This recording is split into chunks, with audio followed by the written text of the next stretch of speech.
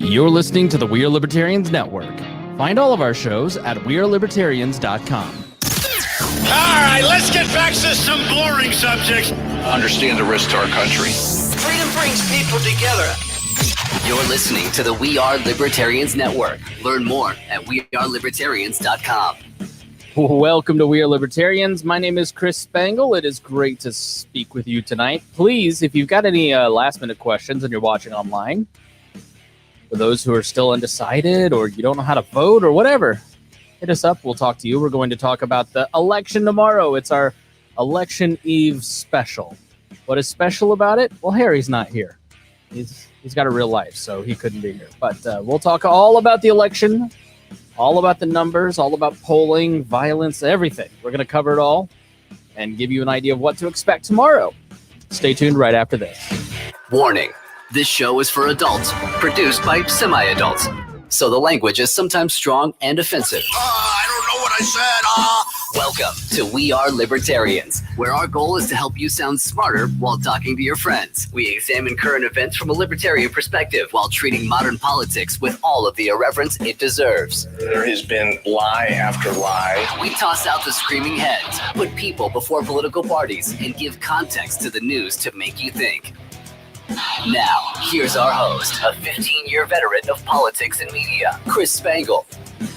Welcome to the program again. My name is Chris Spangle. This is my fourth podcast of the day, so I'm going to be very sharp.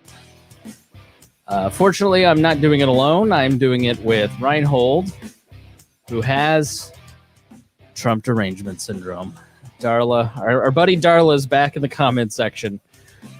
We've talked about TDS. Well, unfortunately, Rhinehold, 4 more years of TDS ahead for you. It's looking that way. A landslide of victory for Trump. You're really quiet. You got to turn yourself up, buddy. So, yes. So what we are going to do here tonight is talk all about the election. We're going to cover the numbers. Should you trust polling? What might happen tomorrow? We're going to talk...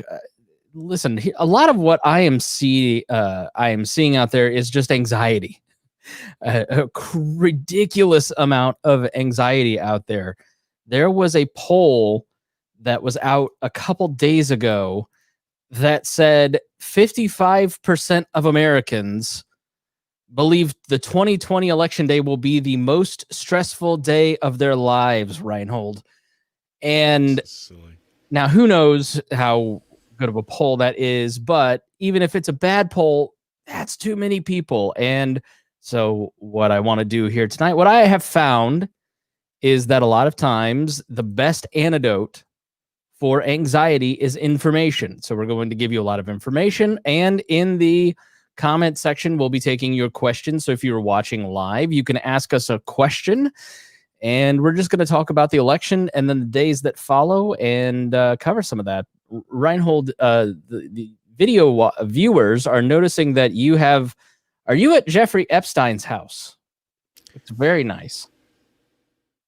There's nobody here right now, so it was easy to get in. Yes. Well, it is election eve, and one of the, every election eve, I'm visited by a very special friend, and this year, it's our friend Ken Bone. And I was sent this amazing present by my friend Josh Arnold. And let's hear what Ken Bone has. If you don't know Ken Bone, he's the guy in the red sweater from the debates 4 years ago with the mustache and just really stole America's hearts. Hey, Spangle, this is Ken Bone. I want to wish you a happy election day, if that's not too much of an incredible oxymoron. I know you're a proud libertarian, not like those poser libertarians. You're like a real one, with the porcupine and everything. So good luck with the podcast. I know it's going great already. It's only up from here. Don't worry. We'll all get through this, even though we're faced with a ridiculous binary choice. Yet again, there are people out there like you and me that know that we don't have to conform to the rapacious duopoly of the two-party system. We're the smart ones.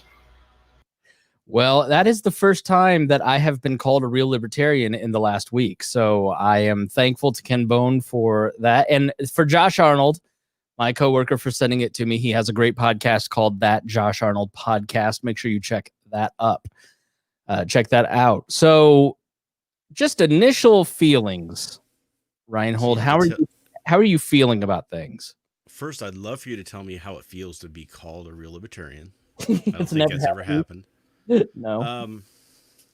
So my feelings about this evening is Tomorrow. it's Monday night. Monday Night Football is going to be on, so I'm going to watch a little bit of that. Watch my fantasy football league, and then go to sleep.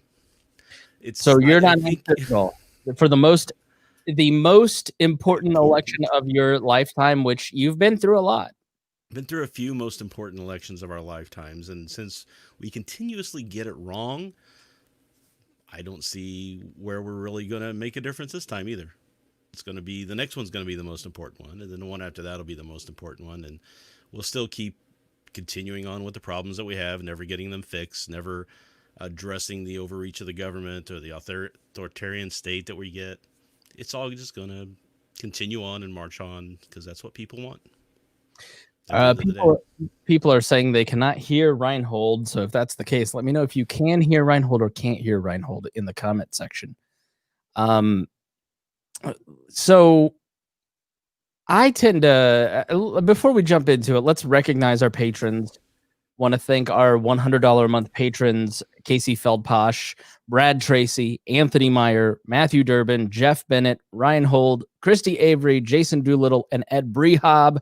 You all help keep this thing afloat. Patronage is incredibly important if you want to continue to grow independent media. If you saw what I wrote at chrisspangle.com this past week about Glenn Greenwald, independent media is all the rage, especially when you have to quit your own thing. So yeah, you're way low apparently, Rhinehold. So how does it sound now? So yeah, see what you can do to kind of jack that up, and that while I do this promo, and then next we want to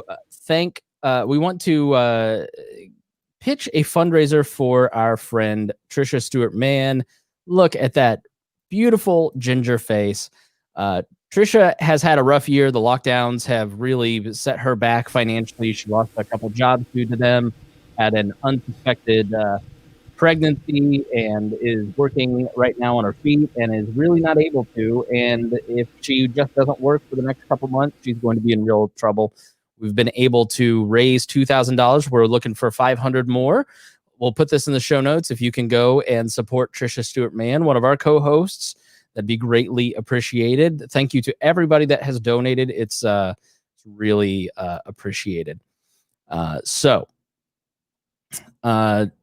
How do you sound now? Let's hear you. How do you hear me now? Can you hear me now? I don't know. We always have problems with your mic, and I don't know what it is because I imagine you don't touch anything.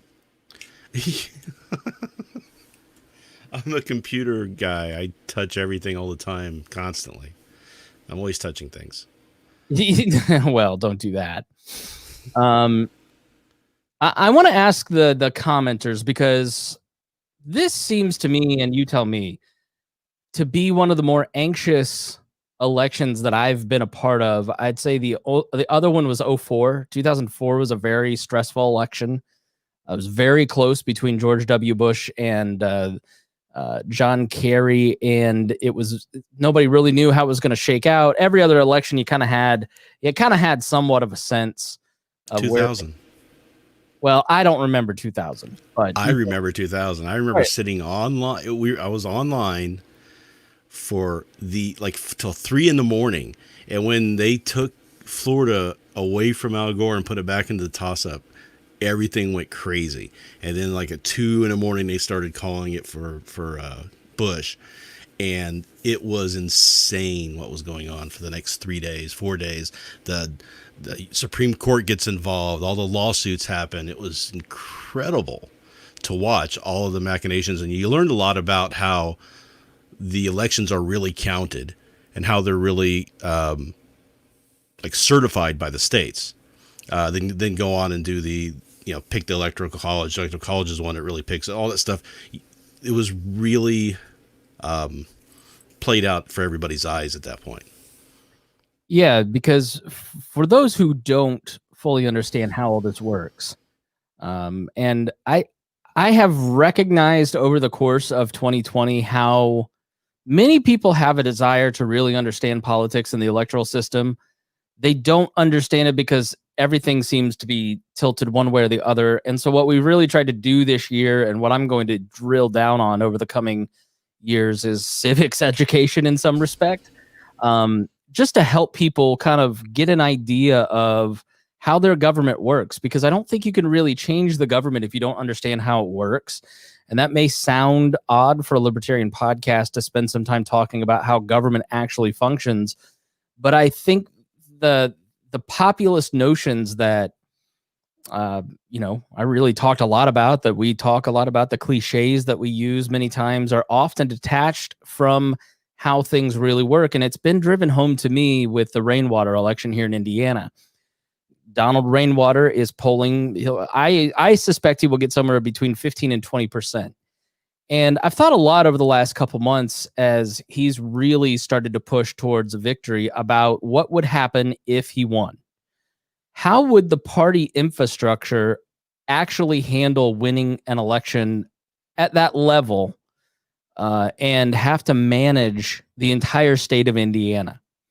And I think it's a question worth exploring over the next few years and talking about, because the demographics of the Republican Party are dying and they are not very good. And there's going to be a strong need for an alternative. And the Libertarian Party and just the libertarian ideology, whether it's in the Republican, Democratic, or Libertarian parties or independent candidates, is going to grow. The appetite for what we offer will grow. When you look at libertarian numbers in people under 40, over 40, 1% of the vote. Under 40, 10% of the vote. That's an enormous growth. That's a 10-point jump in exit polling in 2018 here in Indiana. Well, you better believe that the growth of Gen Z and millennials here in Indiana are helping fuel that 15% that Rainwater is polling at. Then you take the disaffected Republicans because of lockdowns, and you add that. You take Democrats that are starting to switch because they see their party for what it is. If you're libertarian for any period of time and you start talking to friends and family, they really start to see the appeal of your ideas. The future is that we're going to grow. What happens if we win? Is Joe Jorgensen fully prepared to be president? Now, that's a marketing race. Let's be realistic. The presidential candidate for the Libertarian Party is a marketing race. And they're there to give broad themes and support down ballot candidates. And in my opinion, Joe and Spike with the bus tour have done the best job of any set of candidates in supporting down ballot candidates and local parties that I've ever seen in my time in the Libertarian Party. They worked themselves to exhaustion, and have done a fantastic job in that respect. But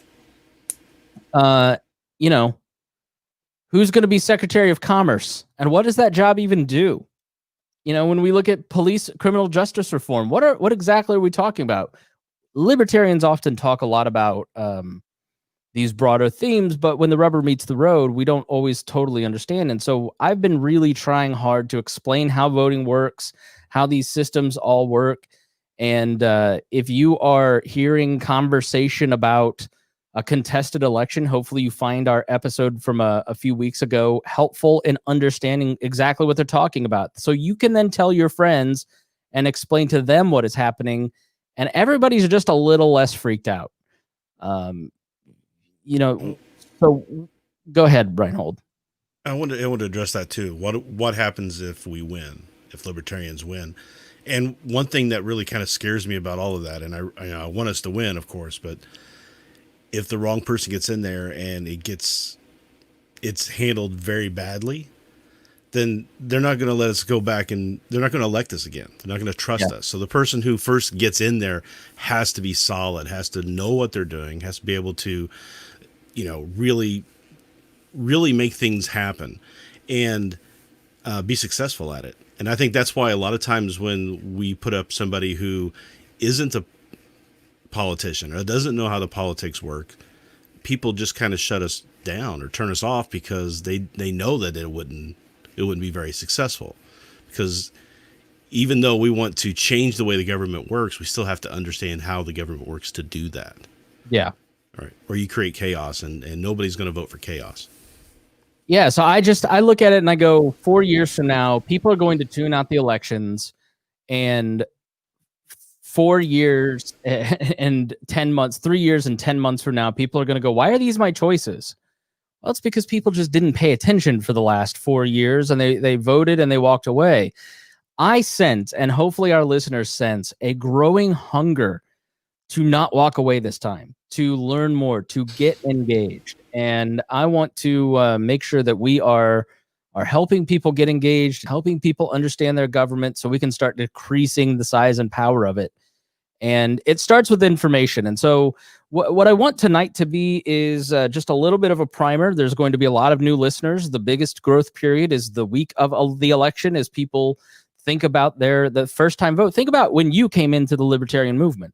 It was probably during a presidential cycle, and you started poking around looking for libertarian podcasts. So if you are brand new, welcome. And we want to give you a little bit of a primer and talk about what information we look at, how the next week will go, and then make a few predictions for tomorrow, and then talk about a little bit, very briefly, about what might happen after that. So that is on the table tonight. I want to start with information and the importance of information.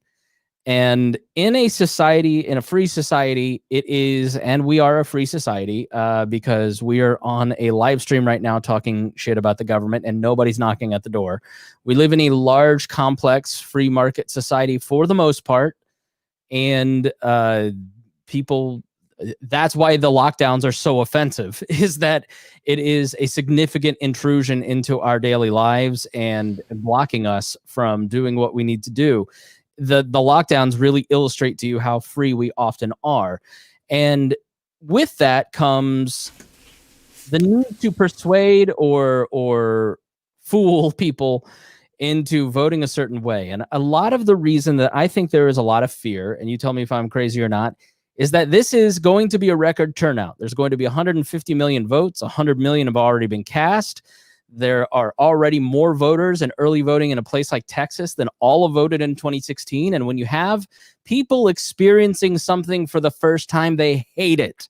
It's why being a teenager is terrible and awesome at the same time. You feel love for the first time. You feel breakups for the first time. You feel boobies for the first time. There's so many firsts, and you don't know what you're doing. And you have all this anxiety because you don't even necessarily have the language to explain everything. And that is why I feel there's a lot of anxiety right now around this election, is that many of you are getting involved and getting engaged for the first time. And I just want to say, from one old partisan political watcher who has watched since 92, I don't feel that anxiety. And I get why a lot of people feel the anxiety because of the year that we've had. I certainly understand why business owners are right now boarding up their buildings because of learned experience. I understand why Texas has the National Guard on alert in case they need to immediately quell some unrest.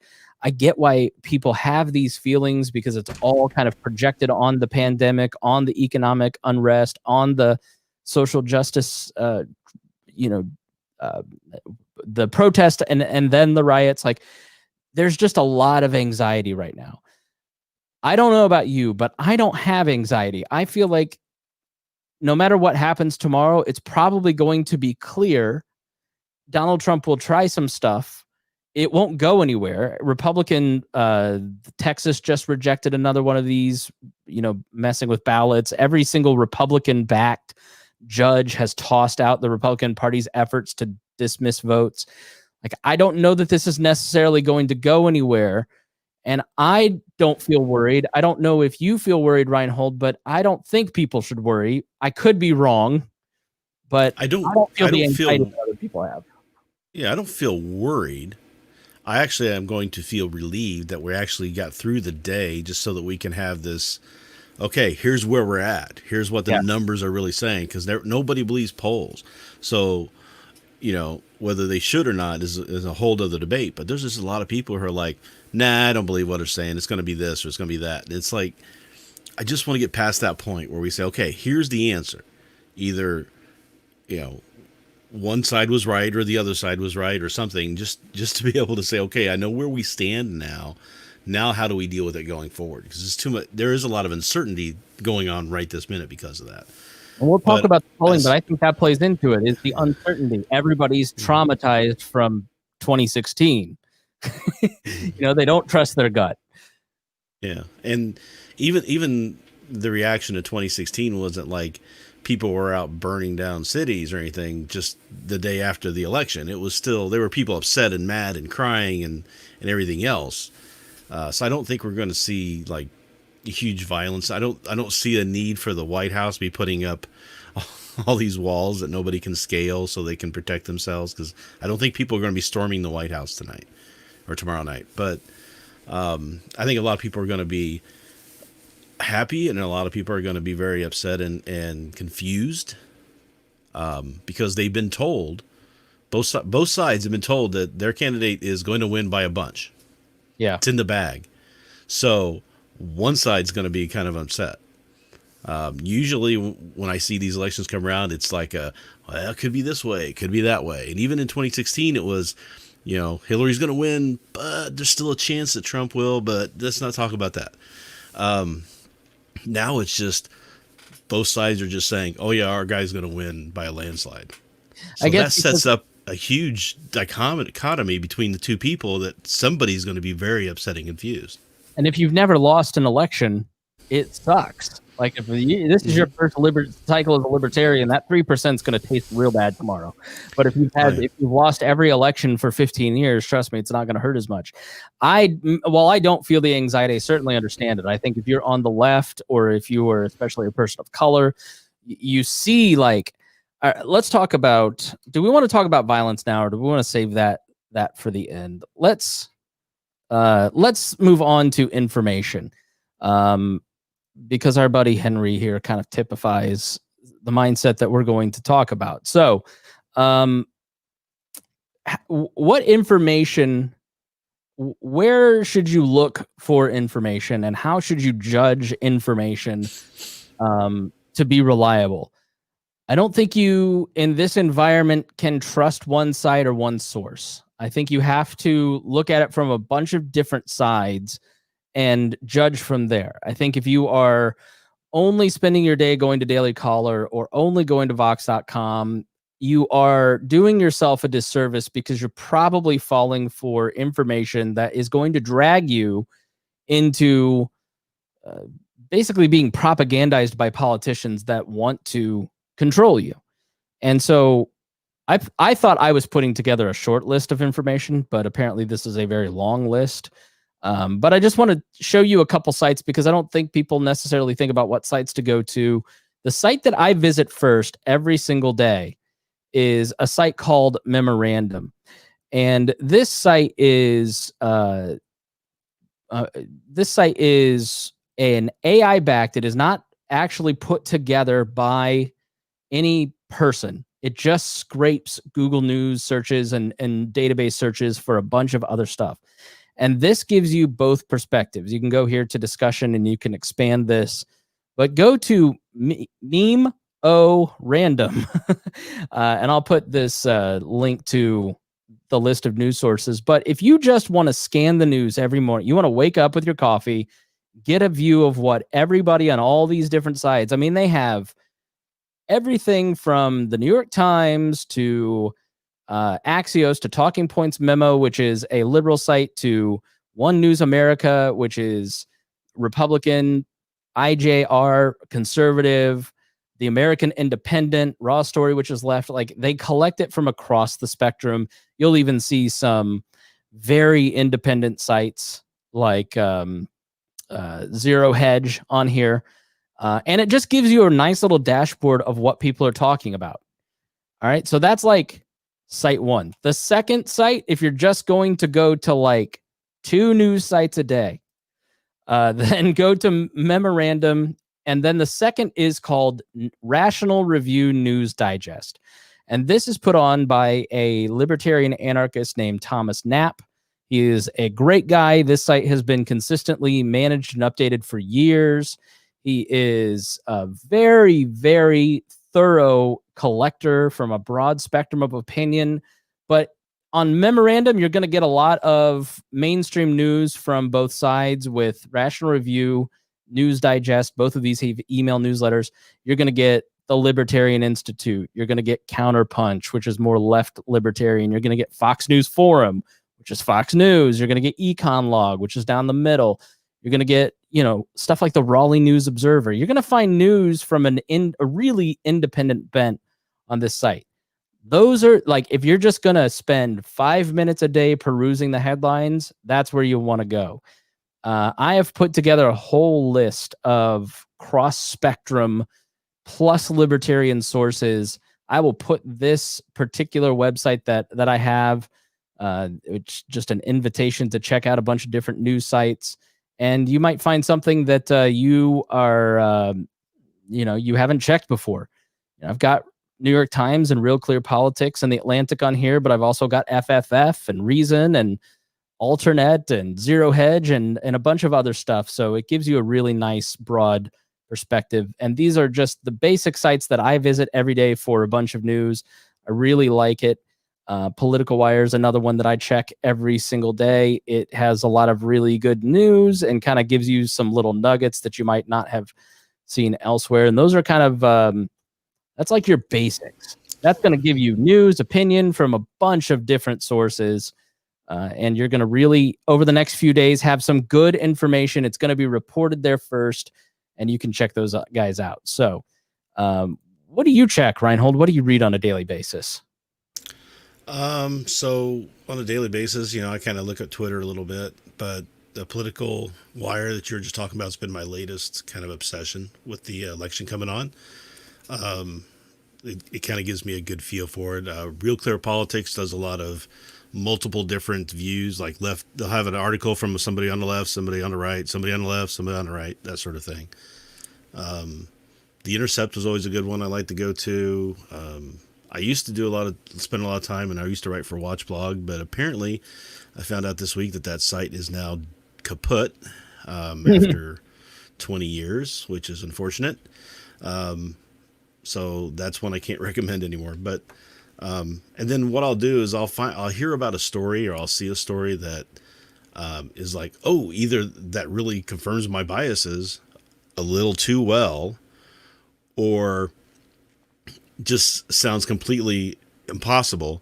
And that's when I go looking for, okay, what do the people on the left say about this? What do the people on the right say about what the people on the left are saying about it? And then you see that they go, oh, well, this isn't right because of this and this and this. So then you go and check those sources. You start fact checking that information. And that's how I try to make sure I find out what the truth is, which is somewhere always kind of in the middle, usually. But that's kind of what I do. I just kind of drift around a little bit. I don't think I have anything like you have set up where I go every day to one place or a list of places. I have. I mean, I'm a bit of a freak, but because I do this show, I feel a responsibility to check a bunch of sites. So I have like this little tab here.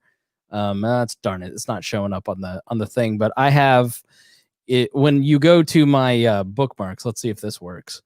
When you go to my bookmarks, I have this first section. And I go to all of these sites every single day, save the relevant stories to my Instapaper. Oh, another one that we didn't hit on, which is really good, is Real Clear Politics.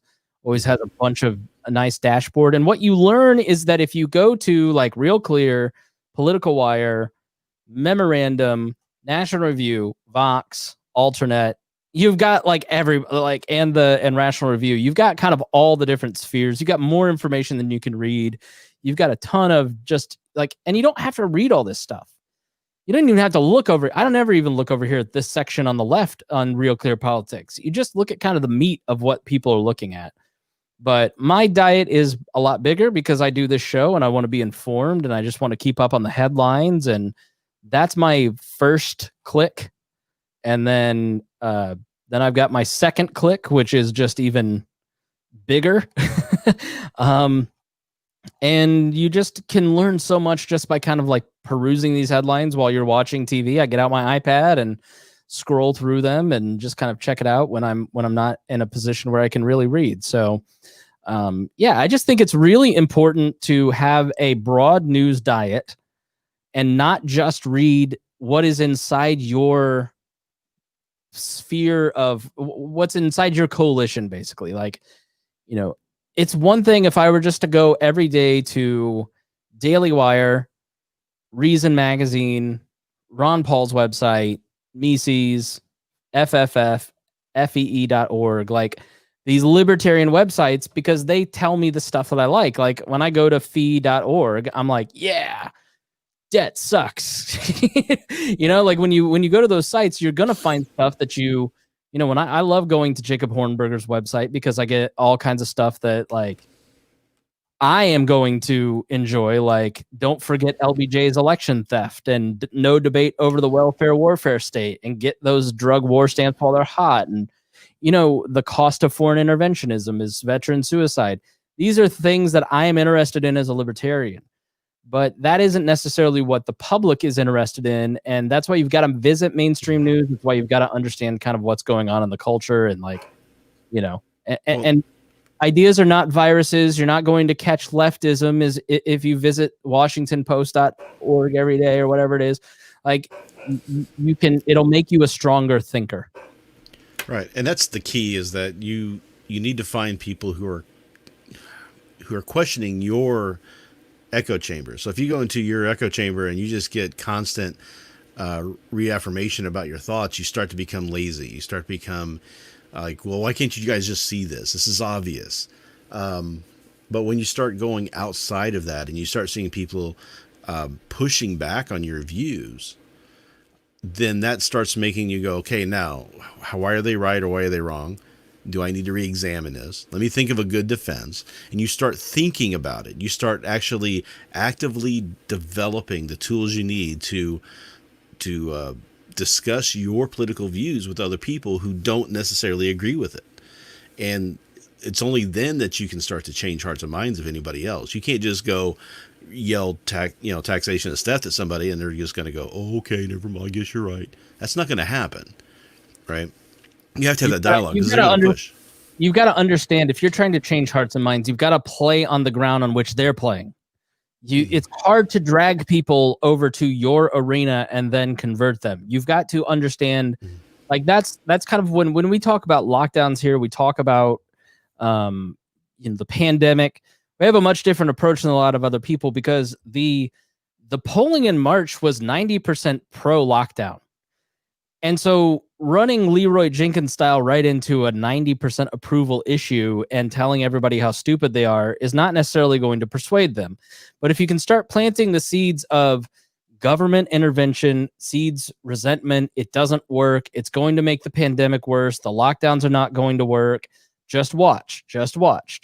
Eventually, your timing will match up with your message, and people now are kind of going, I have some of the most liberal friends who are going, the lockdowns didn't work, and I'm not willing to stop going to the gym. I'm an adult. I can make decisions for myself. And they go, tell me more about this libertarian stuff, because you were right in March. You've got to play on the field in which they're at and bring them over eventually. I had a great listen the other day. One of the podcasts I do listen to, other than obviously this one, is Left, Right, and Center. Right, so they do a good job, left, right, center stuff. So they were talking about, if Biden wins, how's he going to unite the United States? How's he going to unite Americans? Because that's one of his campaign things, is that he wants to be a uniter. He wants to bring people back together. So somebody asked him how that was going to happen, and the guy starts going on to a little bit of a diatribe about, well, he could do this and he can do that, blah, blah, blah. And he says, but really what he's going to have to do is start letting people know who are scared that he's going to do something they don't want, that he's going to let them live their lives as they want, as long as they're not hurting anybody else. And I'm like, right. That's libertarianism. Meanwhile, Paul Krugman, did you see the Paul Krugman article? Let me pull this up. Oh, libertarians are getting blamed for everything right now. It is so funny how we are like the we're the boogeyman. we like libertarians simultaneously have no power. You apparently can't win elections. You're all just completely incompetent and impotent, and you have no power. But then you get When Libertarianism Goes Bad by Paul Krugman. Liberty doesn't mean freedom to infect other people. And then it's basically talking about how Ayn Rand and libertarians are responsible for the death of millions and millions and millions of people. And this has been my argument as to why letting libertarians ceding the ground of COVID spokesmanship to the president of the United States, the current one, is a bad idea, because all of a sudden do-nothingness is equated with libertarianism, which is not necessarily the truth. Libertarians believe in personal responsibility and caring for their family and their communities. And they're not Donald Trump whipping off a mask, screaming in your face, I don't care about your property rights, small business owner. I'm coming in here without a mask. Move on over, buddy. Like that's not libertarianism, but it's a convenient way to link people to the irresponsible Donald Trump. Paul Krugman, though, there's a whole podcast called Contra Krugman by Tom Woods and Bob Murphy, where they used to, they're unfortunately retired. I wish they'd come out of retirement for one extra episode on this, because this was really a doozy of an article. We're either simultaneously mass murdering our fellow citizens with the ideas of freedom, or we are we can't vote for you because you can't win. It doesn't make any sense to me. Let me get the bowl of beefaroni out of here. You're muted here. Another person who does that is Rob Reich, right? So he, what frustrates me about him is this, and a lot of people on the left, is that a lot of times they come up and say, this is a problem. These things are problems. And libertarians go, yes, they are. It's exactly what we say is the problems are too. And then they go, and to fix it, we need to have more of the problem. Right. It's like, no, you completely missed the point. So it's like, it gets so frustrating, because I feel like we're so close to just saying, you get it, but you're getting the answer wrong. You're getting the solution wrong. It's not been working so far. Let's try something else. Let's try really attacking what the real problem is at the base level, and that's power. And they just think that we just need the right people in power. And it's like, no, that's not how it works, because there are no right people in power. There are no angels among men who can lead us. It's just silly. Yeah, it's Hayek's knowledge problem. There is no one who can handle the state. The Bullfrog 89 says, I could definitely be more tactful with my libertarian presentation, LOL. We all could. Everybody here. So let's talk a little bit about. I always appreciate when Darla stops by, but you can because she's like I assume she's a she. I apologize for assuming your gender. Rhinehold has Trump derangement syndrome. Get ready for more wars with Biden. Jorgensen ran a depressingly bad campaign. I swear. We know you're part of the Eeyore caucus, like the boomer caucus that is always upset with everybody and wagging their fist. But I appreciate that you listen, because it always is a nice little extra balance of the comments. Make sure you watch us on YouTube, check and follow us on Facebook and YouTube so you can find out when we're there. But we always appreciate it. So let's jump into another great news site that you can take a look at. It is called Ideological Origins with Chris Spangle at chrisspangle.com. Not that one, but Axios is like, there's this guy, his name is Mike Allen. He worked for a publication called Politico, which is the gold standard of political journalism. That's what all the swamp monsters read and take very seriously. And they have something called the Playbook, and it's an email newsletter with all the gossip in it. And he used to run it. He ran it forever, and he's up there with one of those like Jonathan Swan now, where if it's going to be leaked, it's going to be at Jonathan Martin at the New York Times or Mike Allen at Axios. So if you want to know what they're talking about, this is usually the place to go. And Jim Vandehei on this website kind of wrote a nice little summation of things that you can do to stay calm.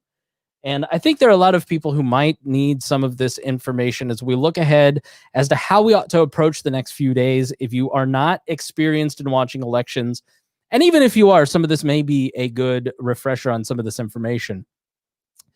So I think the main thing that we can all do to help each other is to not like spread BS, read the link before you click it.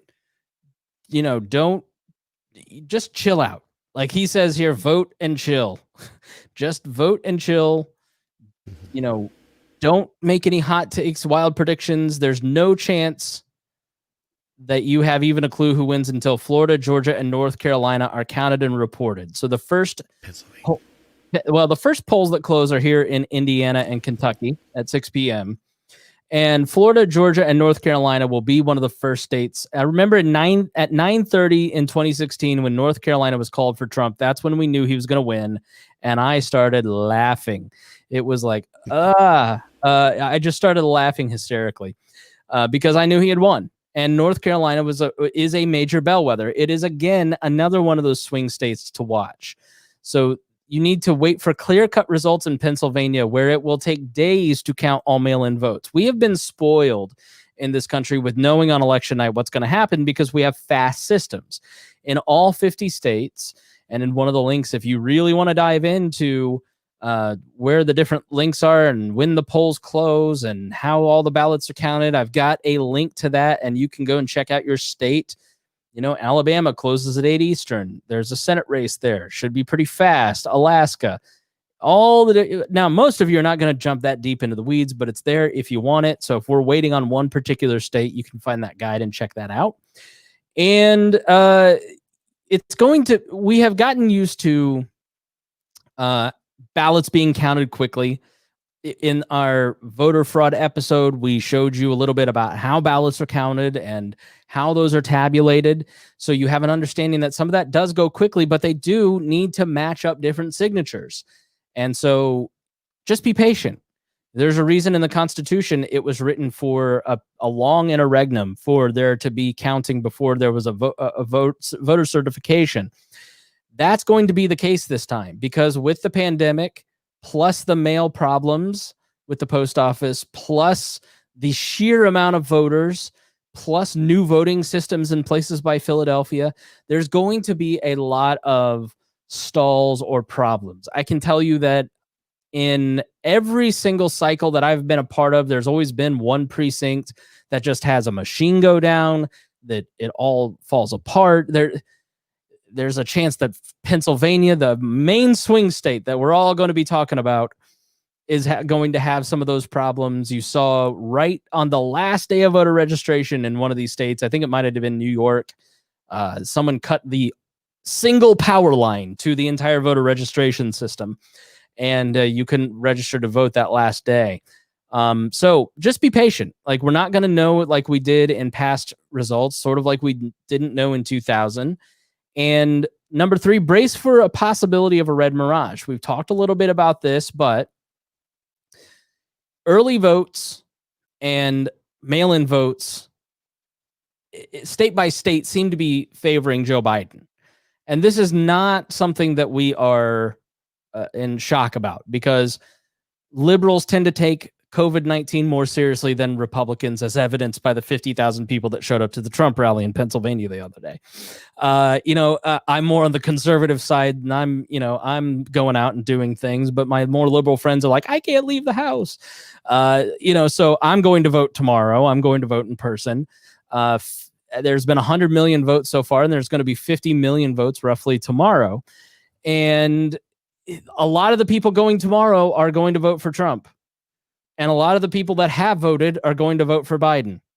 And so there's going to be this period where it looks like Donald Trump is winning. And then as the votes are counted, it's going to start to shift, which is why you see Donald Trump saying things like, I don't think it's fair that when we have to wait for a long period of time after the election, we're going in the night of. As soon as the election is over, we're going in with our lawyers. Let's see if I can get, I can't get audio of it, but there's little doubt that this is kind of his plan. If you look at there's a scoop again on Axios the other day. Yesterday, President Trump has told confidants he'll declare victory on Tuesday night if it looks like he's ahead, quote unquote, according to 3 sources familiar with his private comments. That's even if the Electoral College outcome still hinges on a large number of uncounted votes in key states like Pennsylvania. As we talked about in that episode about the most litigated election in history, Donald Trump's plan is to bank on this red mirage. He wants to sow the seeds of doubt about all this stuff. And his plan, as kind of evidenced by where was it?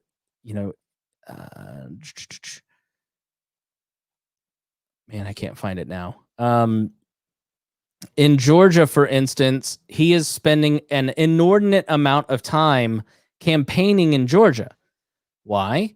Because that's a swing state. It's very close. Everybody's talking about how close Georgia is, and it counts its ballots really early.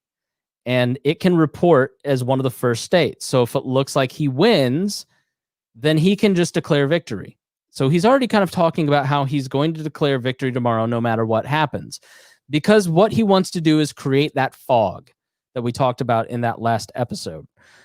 He wants to create confusion, sow doubt, make you think that things are not okay, when in reality, as we've talked about, voter fraud is very minuscule.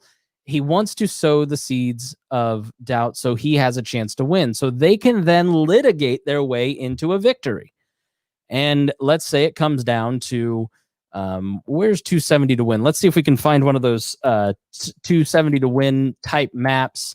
Let's open up the 2016 map here, right? So if we just take the 2016 map and we give Wisconsin to Biden, we give Wisconsin to Biden, we give it to Michigan to Biden, and it's not Pennsylvania. There's some combination that you can get 269 out of 269, and it looks really plausible. Really easy for that to happen. So if he can, let's say, get Pennsylvania contested and then just sue over and over and over until he gets the victory, then he's going to win. That's his strategy. And I just have to say, Rhinehold, like, if your strategy is to sue your way into the presidency through shenanigans and limiting people's votes, like, what's the point of winning the presidency if Joe Biden wins the popular vote by 5%, let's say, and you win it with 270 or 271 electoral votes, and you have won 4 more years, but you have completely shot the legitimacy of the entire system? You are a lame duck president. You're never going to get anything done. You're going to have Russiagate 2.0.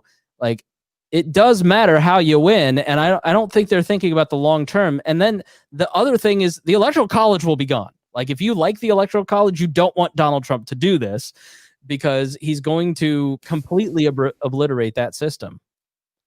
Well, but you got to understand too, what Trump is planning on doing is that if he wins re-election, he's already stated that he's going to basically kick out anybody who's even remotely disloyal to him, right? Fill all the offices with sycophants, and start pushing out executive order after executive order after executive order, and just daring people to stop him. And what are they going to do? Impeach him? They're not going to impeach him. I mean, they could impeach him, but unless the Senate votes to get him out of there, that's not going to happen. So the question is, does he have enough senators in his pocket to keep that from happening, to keep the filibuster thing from going, right? So, or you have to get, it's not just a simple majority, right? So that's his goals. He doesn't care if he destroys everything in his path in order for him to do what he wants to do. Because if he succeeds in all of that and he tears everything down and he gets through his 4 years without getting removed from office in a coup or something, he'll just stay in there. He don't care. He'll just keep going for another third term. Right. So this is one of those 269 to 269 ties. So he takes Florida, he takes Georgia, North Carolina, he takes Ohio, he takes Texas, Arizona flips blue.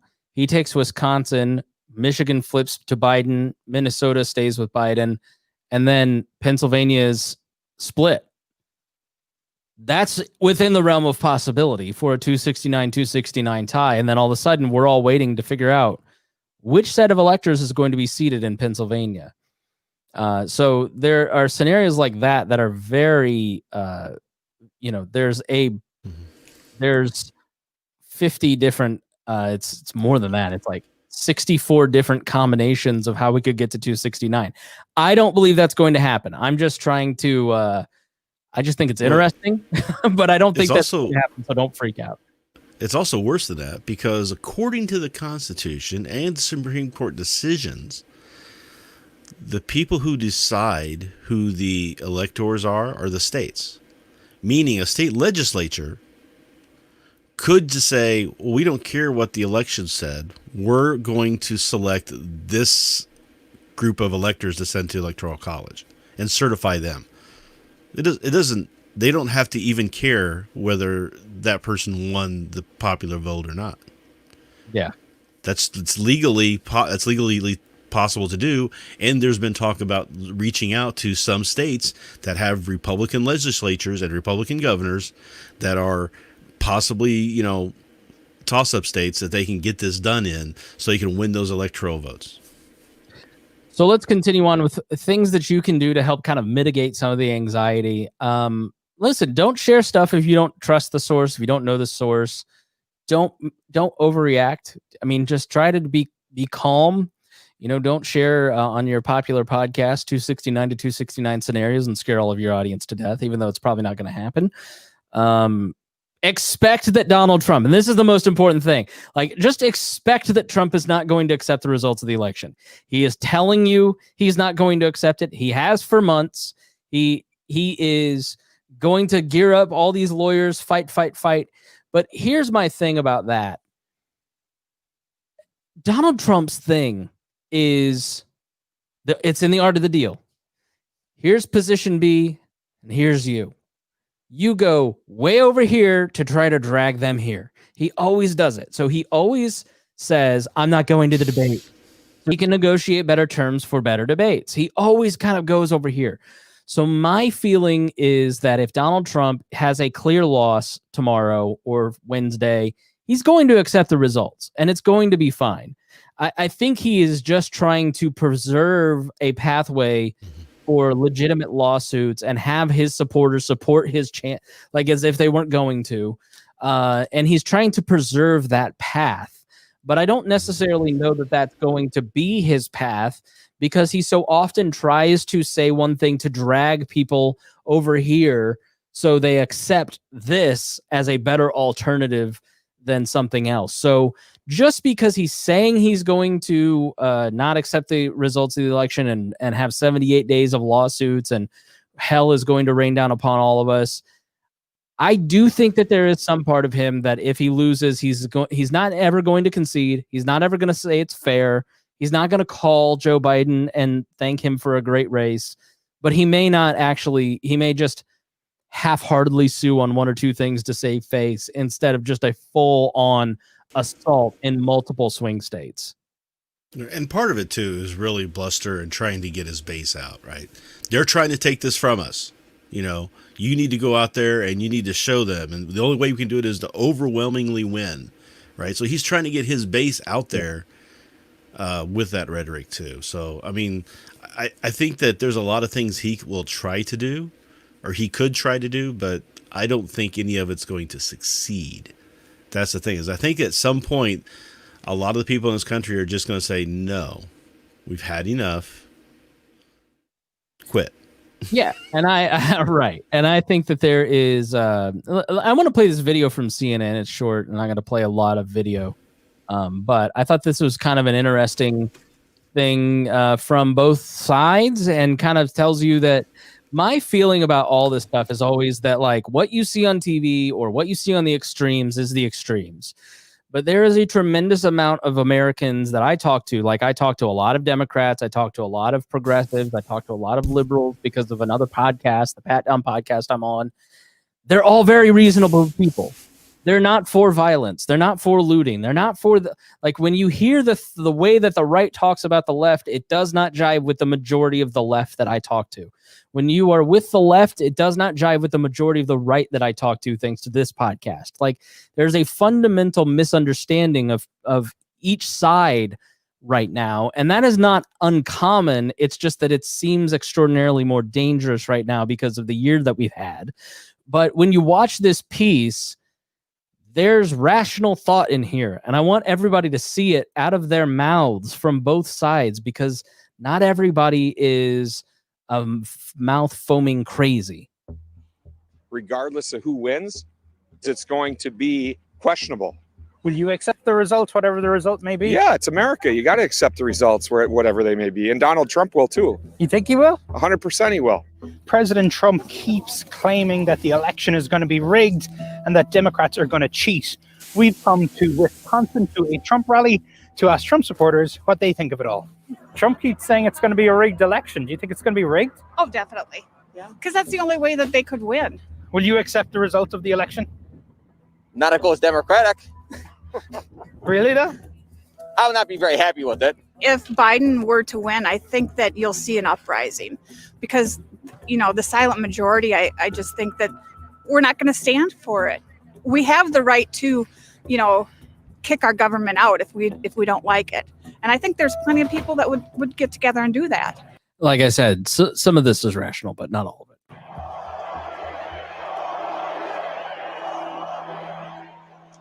You want to be there. These ballots, you see, was I right about the ballots?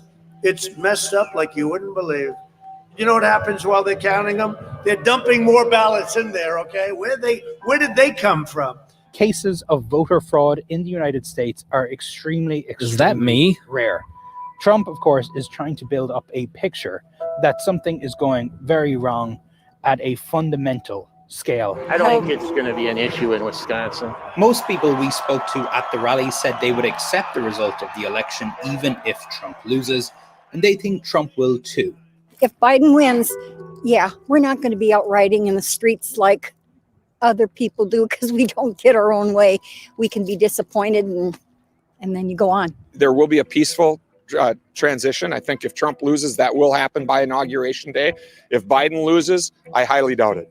You don't think the Democrats will accept it? No, they won't accept it. Their fear is if Trump wins, the other side won't concede. My wife and I both are afraid of violence may appear. And if violence appears, it's un-American. Do you want my honest opinion? Sure, absolutely. A Trump win, in my opinion, is going to start up the same thing we've seen with George Floyd and our country burn. If Trump were to win? Yeah, I do. Because there's a lot of hate out there. We have to accept what the majority of the public wants. 1,000 miles away at a Biden event in Georgia on the same day, unfortunately, I don't feel secure about what the election results will be. a similar fear exists of the other side. He's called into question the American voting system so that all Americans are now uncertain about our voting process. And Trump has really laid the groundwork so that we will doubt the results should he lose.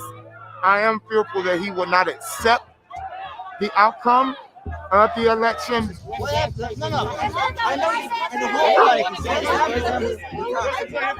There are a lot of militia type pages going up and people threatening, that if Joe Biden wins, they're going to bring up arms, and it's scary.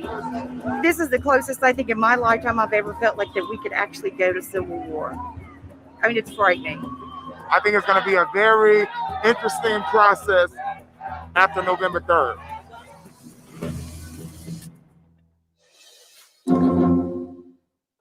What's your reaction to that, Rhinehold? I think everybody done lost their minds and have no context for history for the most part, because it just seems like we've been down this road so many times before where there was probably more rationale for there to be riots in the streets after an election, and it didn't happen. There weren't any riots in 2016 after that election, and Hillary could have probably demanded recounts in Pennsylvania and Wisconsin and Michigan, but she didn't. She just accepted it. And they went on, you know. I mean, with Bush and Gore, that was an interesting back and forth because it was very questionable. And, you know, there were a lot of hijinks that were going on during that time. Hanging Chad became a very well-known phrase because of that moment in time. But there was nobody rioting in the streets then. I don't see why this mythology has been built up that there's just going to be some sort of civil war. All right. Mythology is a strong word. I mean, there is like, I don't think that the Trump White House is putting up non-scalable fences and downtown business owners here in Indianapolis are boarding up their shops because of Trump supporters or libertarians. Like, I mean, we have a demonstrable summer of unrest with billions of dollars worth of property damage based on rioters, you know, that are. Right. But those rioters weren't about an election. It was about 20 to 30 years of oppression. I get it, but I also, there's part of me that thinks that the boarding up is a kind of a self-fulfilling thing. Like, if you board it up, they will come. But I'm not going to fault those business owners for wanting to protect themselves. But I think the guy who says, I think the multiple conservatives in there who say the left isn't going to accept a Trump win, I agree with that. I don't think that Hillary Clinton ever fully accepted a Trump win. They never let Donald Trump govern. Now, I listened to you talk with Rob. I listened to you talk to Rob about this too, this weekend. And yeah, they didn't like him being president, and they were trying to get him out from the day he was in. So did the Republicans when Obama won. It's not anything new. I mean, everybody's talking about how Trump is being treated so badly. He's being treated like every other president before him. Remember when Bush was elected? He wasn't the real president for years. They wouldn't accept the fact. Is more that he's more whiny about it. Yes, he uses it for effect. He uses it to get people to dislike the other side, to rally behind him, to see him as some sort of messianic type of figure.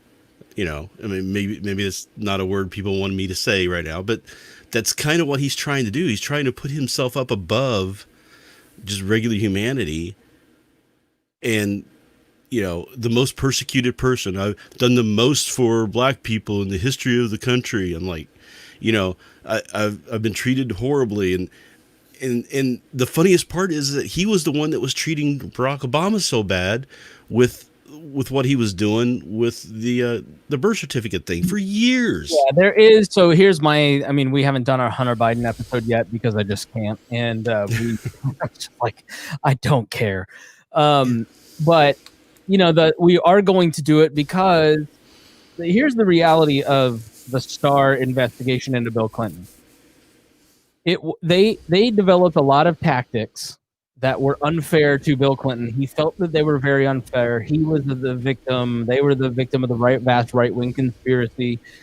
Mm-hmm. Lanny Davis, Hillary Clinton, John Podesta, all of these people are on Hillary Clinton's campaign in 2016.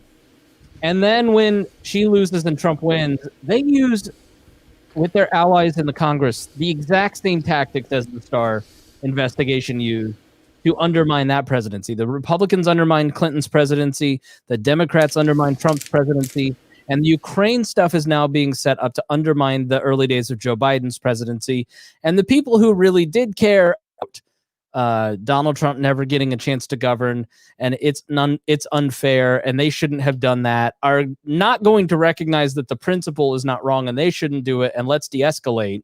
They're going to go, yeah, get him, he's corrupt, whatever we can do to delegitimize Joe Biden's.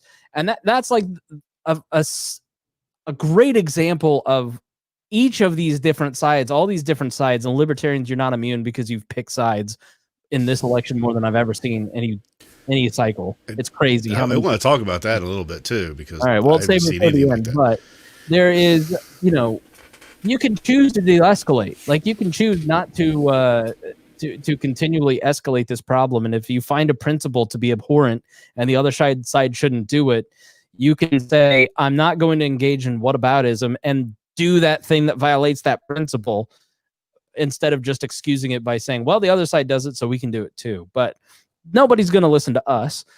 They're going to do whatever they do. So let's see. Darla says, remember that decency is on the ballot. Also remember to board up your stores in case the party of decency doesn't get their way. I'm not, Trump is decency? No. He's This is what she's saying. He or she. No. Darla, please. I apologize for misgendering you. Reread what was said. No, what Darla is saying is decency is on the ballot. Board up your stores in case the party of decency doesn't get their way.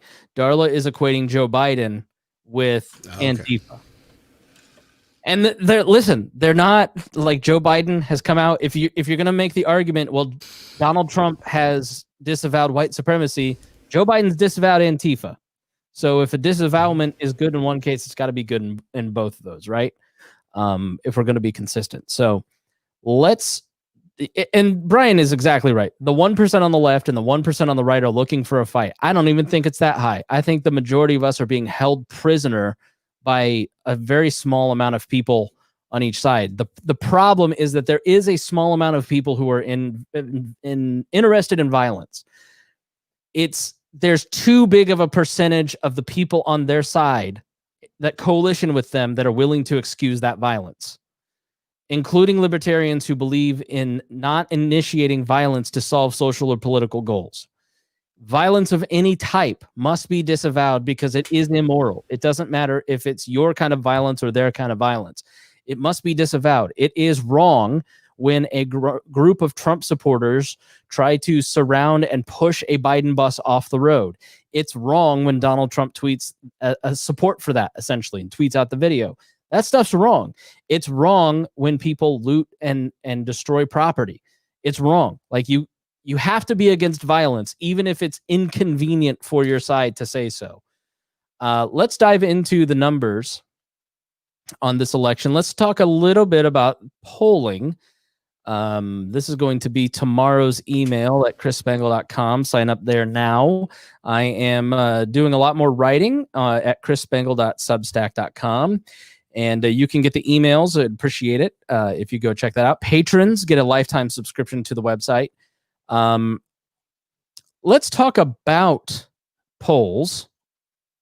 This is from a great PDF that I got. And I'm not sure if I'm allowed to use it, but I'm using it anyways, from Melman, Castanetti, Rosen, and Thomas. I was sent it to by a friend. Who are there shy Trump voters?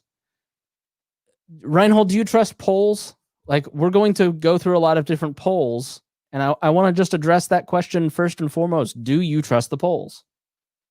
I trust them, but I also understand what they're saying, and I'm not making assumptions on what they're saying based off of what I want to hear. Does that make sense?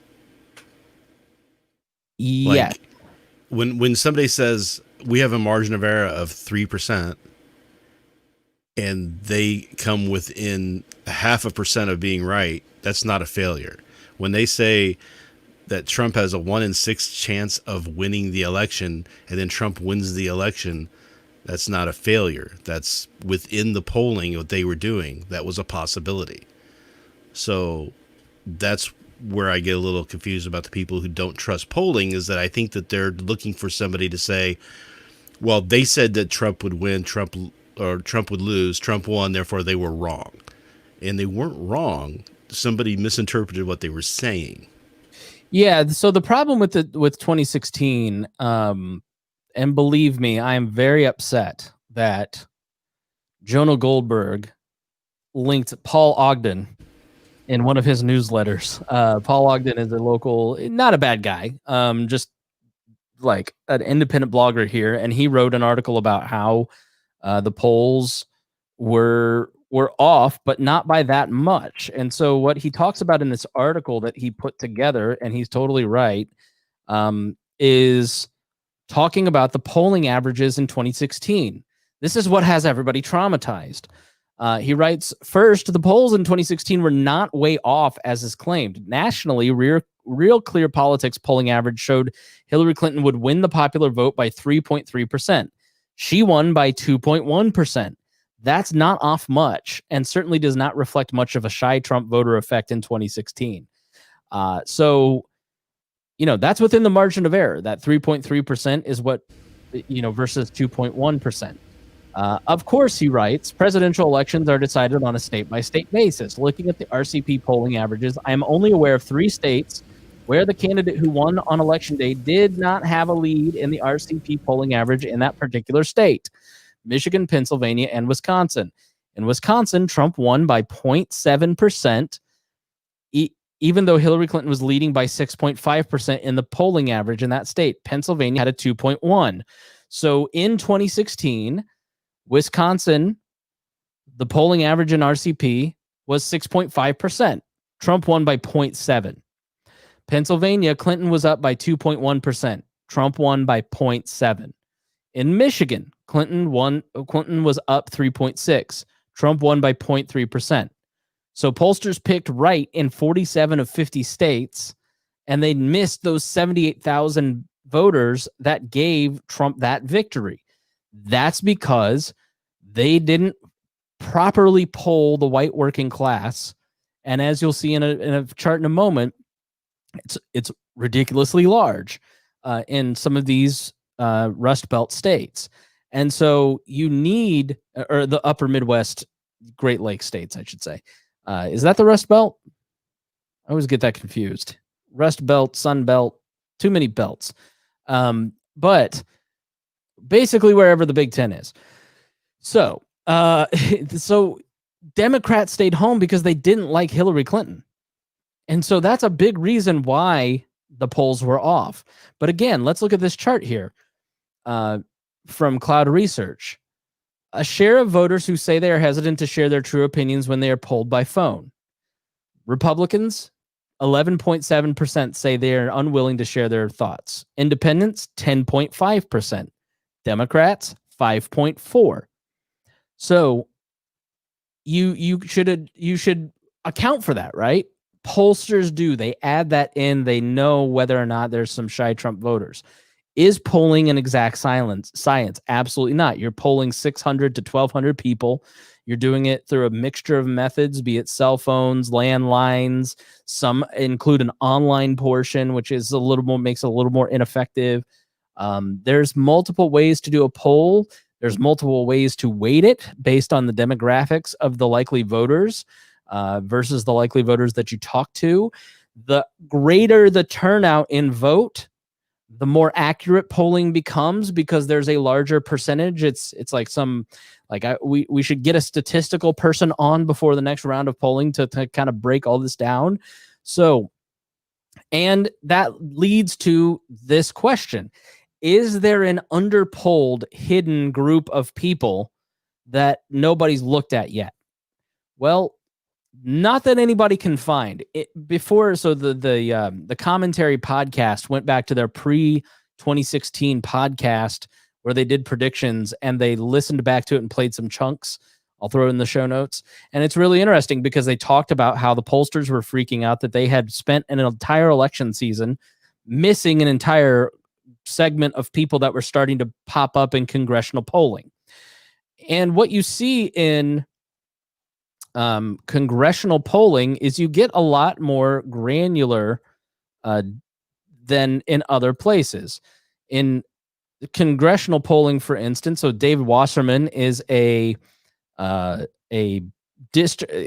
for Cook Political Report, which Cook Political Report, Nathan Gonzalez and his report, 538, Politico, Larry Sabato and his group.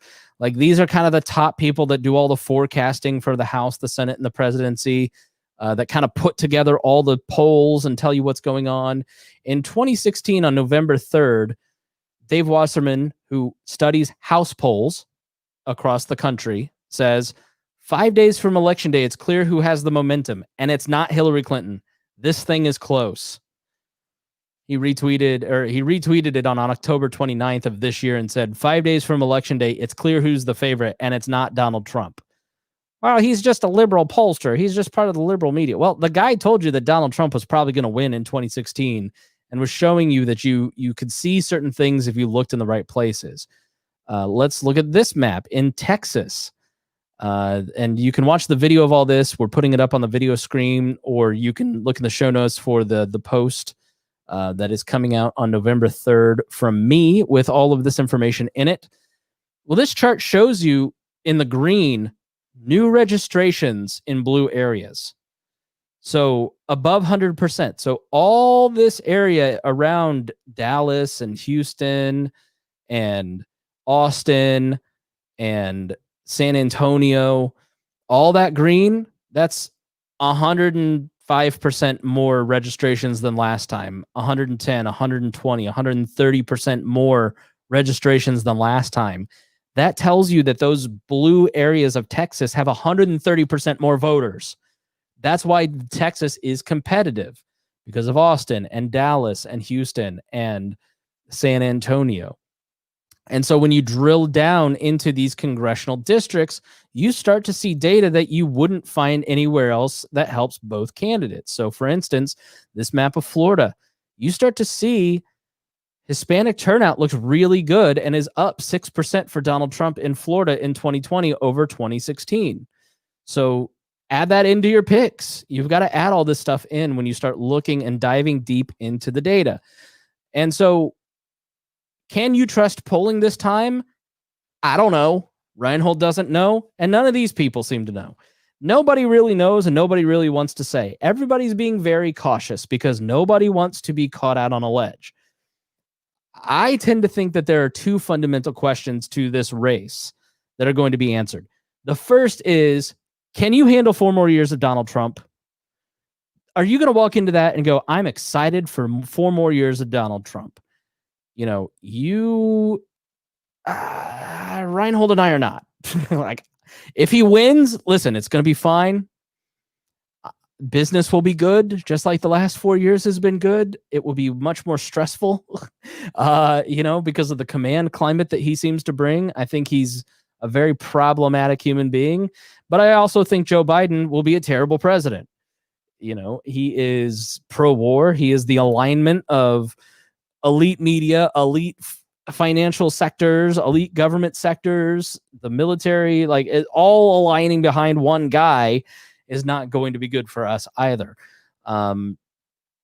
So, I'm really agnostic. I'm voting for Joe Jorgensen tomorrow. I assume, Rhinehold, you are as well?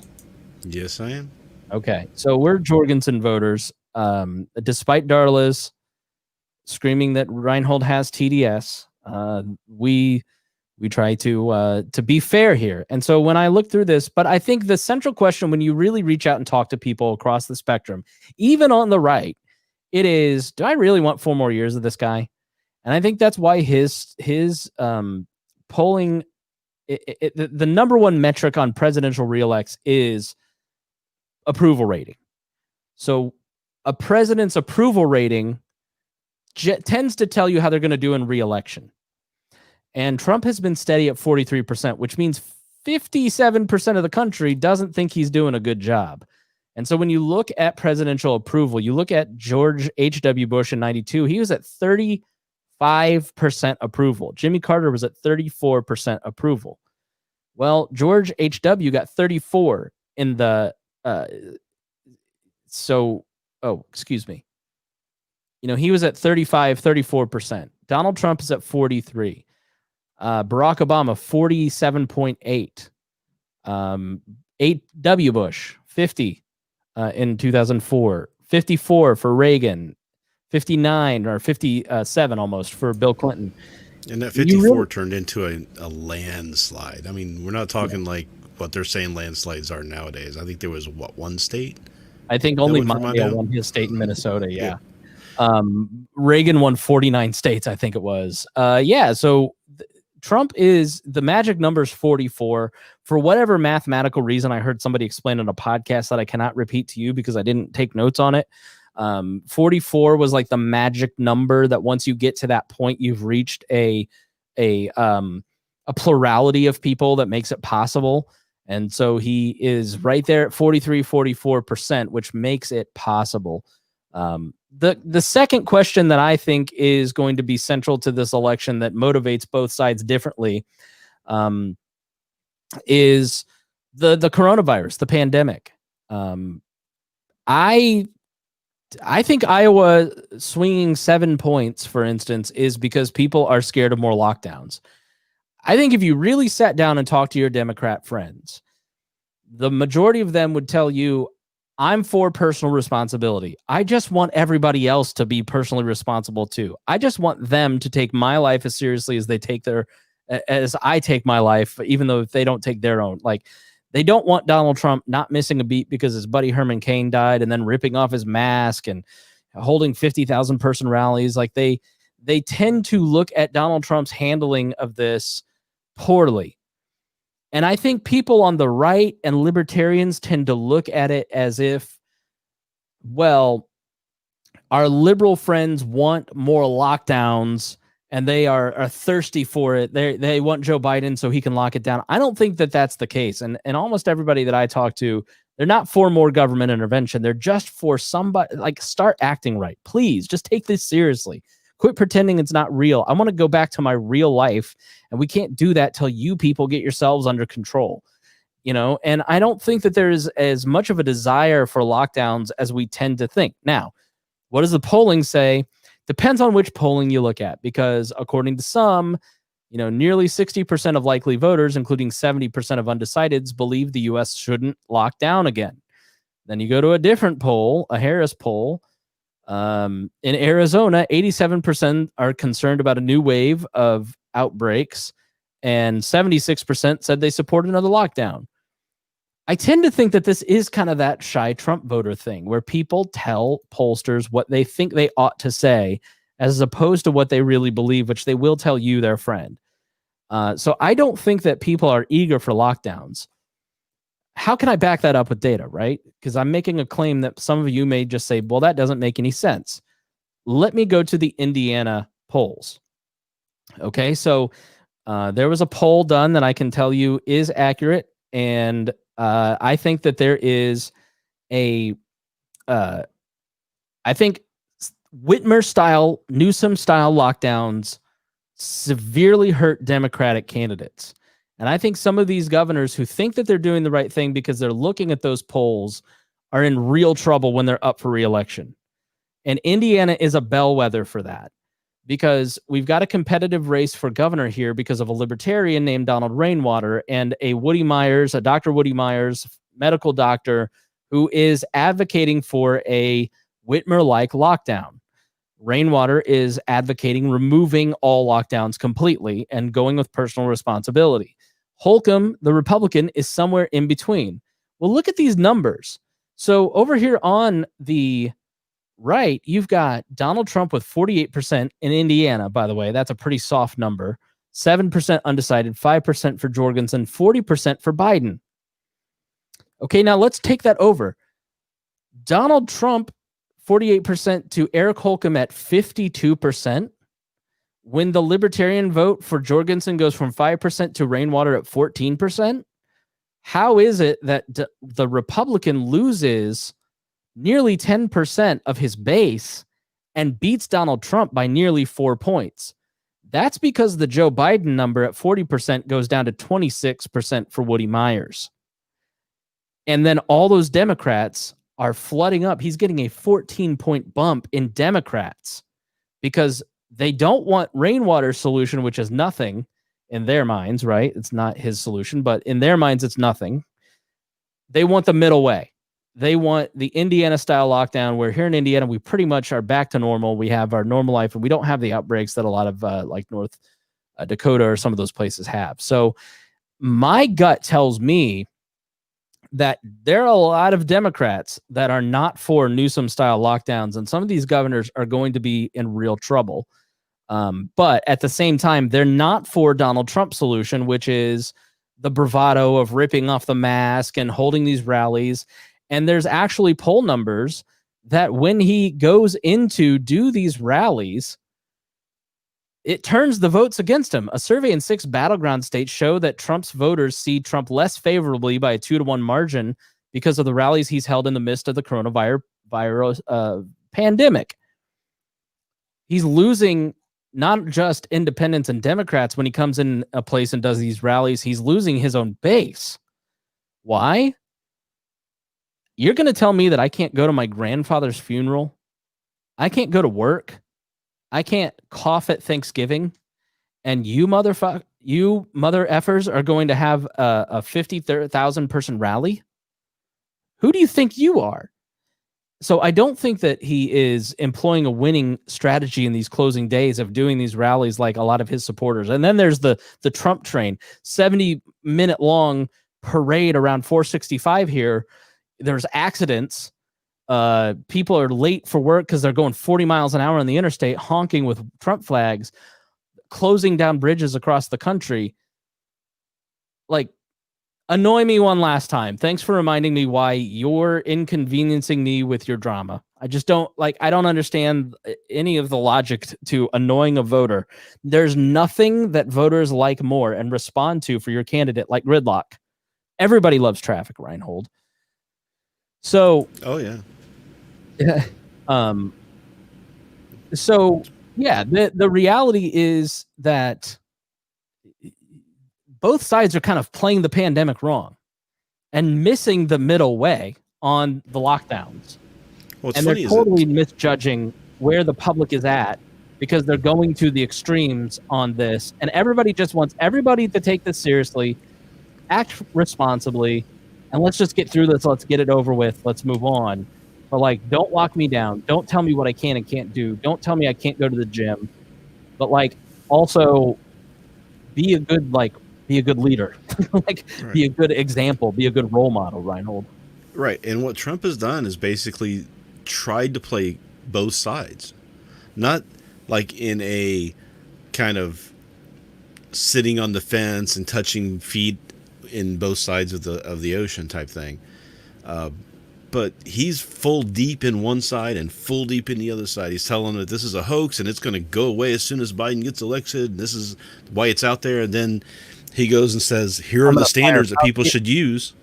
Yeah. Here are the standards that you should use for when you decide to lock down states. I have the power to do it myself, and I'm thinking about doing it. When he gets into debates, he's talking about, we should all be wearing masks, and we all should be doing social distancing, and that's how we're going to beat this. And saying all the right things there, but when he's talking to his supporters on the other side, he's telling a whole different story. It's two Trumps. Yeah, and there always will be, and there always is. So when you look at a Fox News poll, which I found this kind of surprising, when asked what should the federal government's top priority, voters are 25 points more likely to rank limiting the spread of coronavirus over restarting the economy, 61 to 36%. When you go to this chart, what do you think is the most important problem facing the country today? 25% say government, poor leadership. 25% say coronavirus. 13% say race relations. 8% say crime. 6% say unifying the country. Number 5% say economy in general. All the, then ethics, morals, religious, family decline, judicial system, healthcare, unemployment, gap between rich and poor, climate change, and the media. Donald Trump's closing message is, the media is so unfair to me. I'm going to fire Fauci. I have no plan for healthcare. I'm not going to unify the country. I'm going to keep playing to my base. He is doing and saying everything wrong in terms of what voters want. And this is from the Gallup poll. So the Gallup folks do one major poll right before the election, and it's kind of the gold standard with a ton of different data. And I would have put economic issues as the top issue, but I think most people recognize that getting control of the virus is an economic issue. It's what I said in April, is that if you have an out-of-control virus, it is an economic issue. So voluntarily lock down, because if we stop the spread now, we're Germany, and you don't have a summer like we've had with 230,000 deaths. if we all choose to do the right thing. Most people chose because the government told them what to do. I'm not going to do it. I'm not going to wear a mask. I'm going to do like we sort of blew the message and tied ourselves to the Trump message, and he's giving us what he thinks we want. And I just don't think that is the right way. I think by March, it's going to be very evident to everybody that this virus is real and serious and not just the flu. And the way to handle it cannot be solved by the government. It can only be solved by people making good decisions for themselves because they're accepting the information about the virus and coordinating their behavior along with their loved ones, their family members, and their jobs. Like, that's the only way to get a hold of it. Like, anybody who thinks that you can implement a lockdown and you can use laws to force people to do anything, you're an idiot. Like, you just don't know what you're talking about. The lockdowns didn't work through the summer. If anything, you know what they did is they created a counter reaction to it, and people rejected anything that a Fauci says because they view him as the bringer of misery. And so we're really in what a free market president can and should do is be a good example, decentralize testing, get things through the FDA quickly, and make sure the CDC is giving accurate information, and then get out of the way. Like, don't come in here. You can't do a federal mask mandate. That's never going to fly in the courts. It's not going to happen. All you can do is be a good example, And so what Donald Trump has done has been be a horrible example, limit testing to just the FDA and CDC, fudge the numbers at the CDC so nobody trusts the numbers coming out of them, and just in general being a complete disaster in terms of his response to it. And so he's doing the opposite of anything that's effective. And I think that's why that's really going to hurt him. And so the numbers of 56% of people saying they're better off than they were 4 years ago, that's not going to matter because they're worried about the next 4 years. Right. And that was when we were having a conversation with Lions of Liberty and how he was mentioning the quiet or the shy Trump voter, that he sees that in that 60% of the people say that they're better off than they were 4 years ago. But the other side of the coin is that when you ask the question, is the country on the right track? 65% say no, it's on the wrong track, right? So that's where that leadership failure comes into play, where people are like, yeah, I'm doing kind of better than I was, but I don't like anything that's going on to get us here. I don't like anything that's happening, and I want that to stop, right?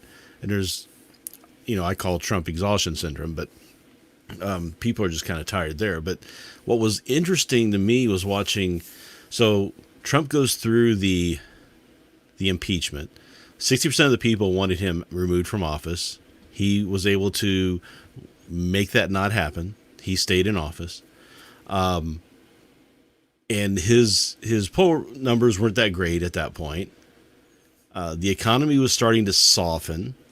We were starting to see cracks in the economy that could lead to a possible recession because it's coming up on an election year, and that usually happens at that time. And then the virus hit. And initially, he started off really strong. He came out, he was doing those daily briefings. It looked like he was going to take charge and be a good leader. And his poll numbers started to increase.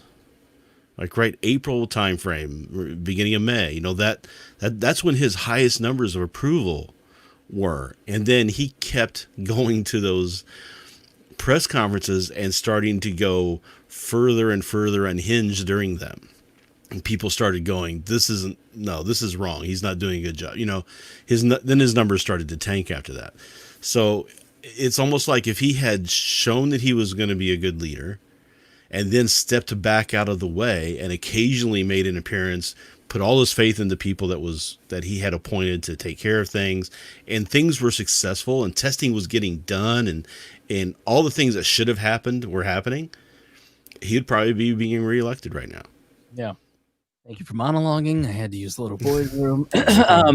So on the better handling of coronavirus, Biden leads Trump consistently through September through October by 15 to 20 different points. So not looking good. So now that we've kind of, is polling worth it? And on the two central questions, really at the end of the day, Donald Trump loses those two central questions. Can you handle 4 more years of Trump?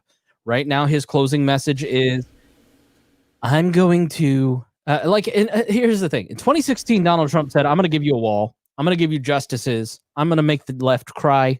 I'm going to fight the media. I'm going to finally stick up for you. Nobody's ever stuck up in the way that nobody's ever stuck up for you.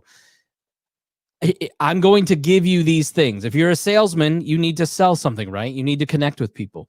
What has Donald Trump been selling? We're going to fight with Leslie Stahl. I'm going to give up on the coronavirus. I'm going to fight with Fauci. It's just one personal beef after another. There's not really much there.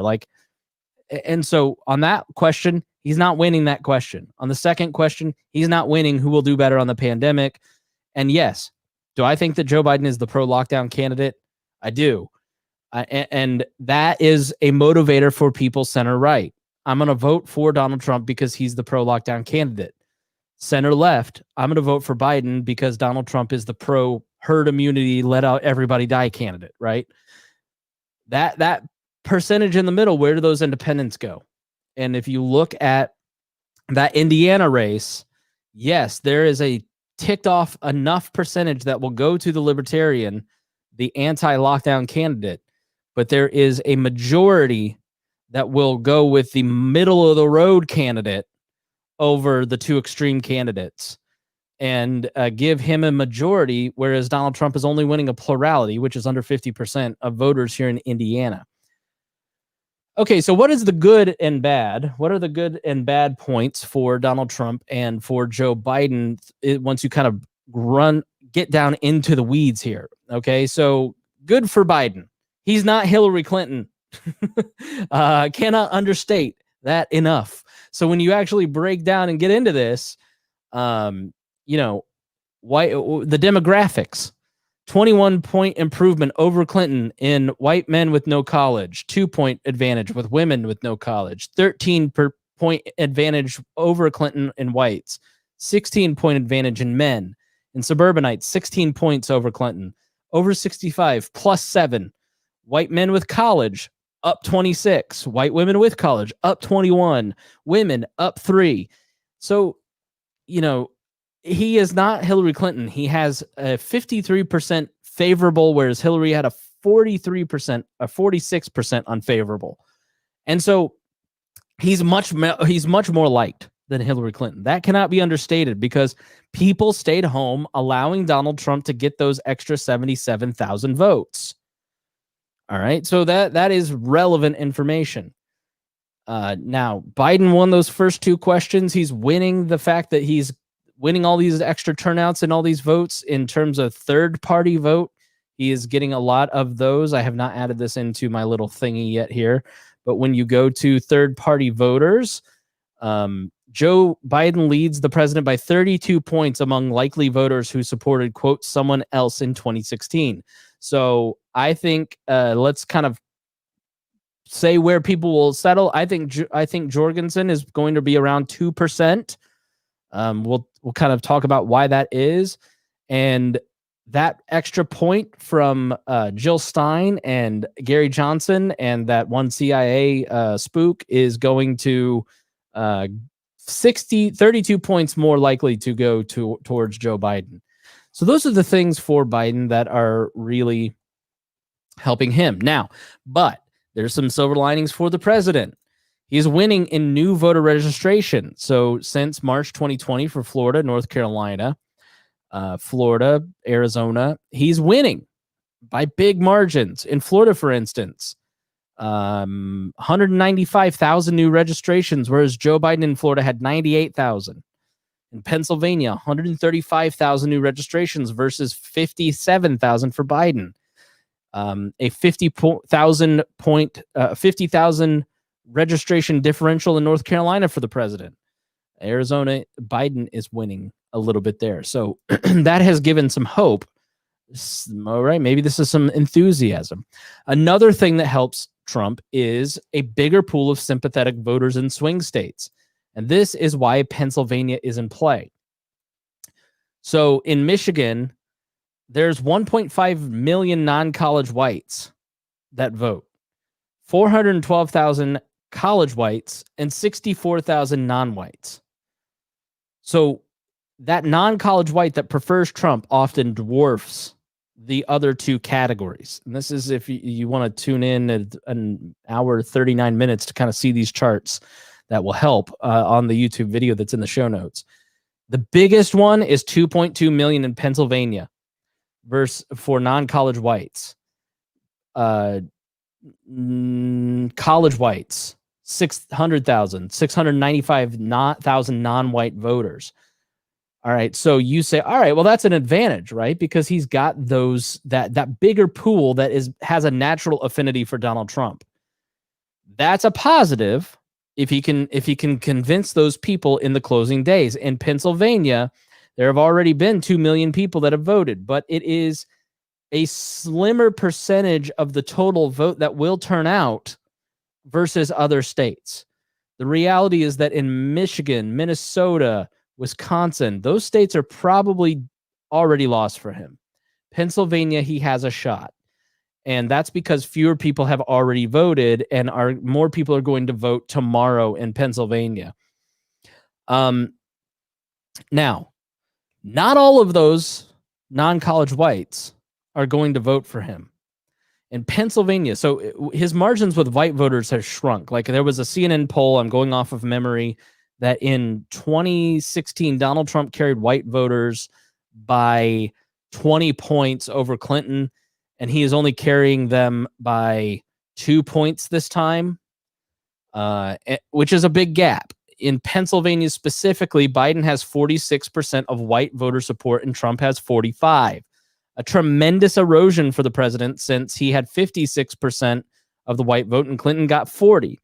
And while in 2016, Trump won non-college educated white voters in the Keystone State by a 2-1 margin, 64-32, his advantage is narrowing. New York Times, seeing a college poll, found that Trump has the backing of 52% of white voters without college degrees compared to 39% who support Biden. So he's dropped from 64 to 52% in just Pennsylvania. And if you click on that story in the show notes, you're going to see that erosion is happening everywhere across the board. Michigan, Biden is winning the white vote there, 49-47. Trump got 57% of the white vote. So it's gone from 57 to 47 in a drop. He's down in Wisconsin now. So North Carolina, he's down. Ohio, he's down. Donald Trump has eroded his own base because of his behavior. When he loses, because that's what I believe is going to happen, it's because of Donald Trump, right? Like at a certain point, you're going to have to say, maybe he shouldn't have only targeted his base. He should have actually drove other people up. Now, the reason Pennsylvania is so incredibly important is because for electoral reasons, basically if it becomes a hard to win map for Biden. What was your forecast this morning? So we have Trump with a 10% shot and Biden with a 90% shot. So 10% things. Excuse me. This is Nate Silver on ABC This Week, explaining why if Joe Biden will become an underdog if he loses Pennsylvania. Happen fairly often. At the same time, you could have a polling area. Morning. So we have Trump with a 10% shot and Biden with a 90% shot. Overall. So 10% things happen fairly often. At the same time, you could have a polling area of the magnitude of 2016, and instead of losing all these states by a point, then Biden would win Pennsylvania by a point or two, Michigan by 2 or 3 points, Arizona by a point. So that little extra cushion, maybe people who didn't like Clinton and Trump but can tolerate Biden, might be enough, even if there is a polling miss. On the other hand, if you had a polling error like 2012, then you could see Obama or rather Biden overperform, right? He might win states like Texas, for example. By the way, in these Hispanic rich states, Democrats have sometimes beaten their polls. It's a harder group to necessarily get on the phone. And so there are like lots of upside cases for Biden. And there are also cases where he wins in a squeaker, but I'm sure everyone's kind of concerned about that that 10% yeah, chance. Which you will say happen. you tweeted the other day, you spend 90% of your time thinking about that 10%. So when you think about that and you're writing the headline, writing the story on Wednesday that Donald Trump won, what would be the key factors? I think it would come down to Pennsylvania. The fact that, as Tom said, Pennsylvania has not bumped up to a 7 or 8 point Biden lead like we see in Michigan and Wisconsin. It's 5 points. It's not a big early voting state, so a lot. So to explain that, Biden has exceeded. He has gone up in points in Wisconsin and Michigan. He has not, and nothing has changed really in Pennsylvania. He's still up by like 5 to 7 points, depending on the poll. The votes have not yet been cast in Pennsylvania. Among the votes that were sent in by mail, there are some provisions about a naked ballot, a security envelope that could make things more complicated. You can have the courts involved. You have some protest looting in Philadelphia, right? There's lots of stuff going on, and maybe a lot of little things add up, and Biden loses Pennsylvania by 0.5 point, and then he doesn't quite pull off Arizona or North Carolina. I mean, he does have other options, right? I mean, North Carolina is a state where a lot of the vote is in. Obama won it in 07 and 08 when it looked very similar nationally. So that could be a problem for the GOP, Arizona. But still, without Pennsylvania, then Biden becomes an underdog. Let's take a look at those options with Tom Yamas down there. Let's look at the path to 270, Tom. The clearest one, of course, is Joe Biden rerunning 2016, but flipping those blue states up in the northern tier. That's right. So, George, this is the map how it ended up on election night 4 years ago. As you mentioned, if Joe Biden is able to flip that blue wall that collapsed 4 years ago, look at his electoral totals there, Wisconsin, Michigan, and Pennsylvania, that puts him over the top at 278. But then show what happens if Donald Trump does then take Pennsylvania. If Donald Trump was able to hold Pennsylvania and the rest of the states that he won 4 years ago, take a look. He's at 280. He stays president. But here's where it gets really tricky, George. If Joe Biden is able to pick off any of these southern states that Nate was just talking about, look over here under the Biden number. North Carolina, he gets to 273. Let's give Trump North Carolina back. If he can pick off Georgia, look at this number, 274. And of course, if Joe Biden can pick off Florida, the largest battleground, 29 electoral votes, 287, he becomes the next president. So essentially, the map becomes really hard. So right now, Joe Biden is sitting in a catbird seat where he can pick off a lot of these different states. Trump needs to basically, as Amy Walter writes, who is a election forecaster, Trump needs to win every state we currently have in the toss-up column: Florida, Georgia, North Carolina, Iowa, Ohio, Maine in the 2nd district, and Texas. Even then, Trump is going to be 22 electoral votes short of 270. He would need to win at least 2 of the 7 states currently sitting in lean Democrat, Arizona, Michigan, Minnesota, Wisconsin, Pennsylvania, Nevada, New Hampshire. Trump carried all but Minnesota, Nevada, and New Hampshire in 2016.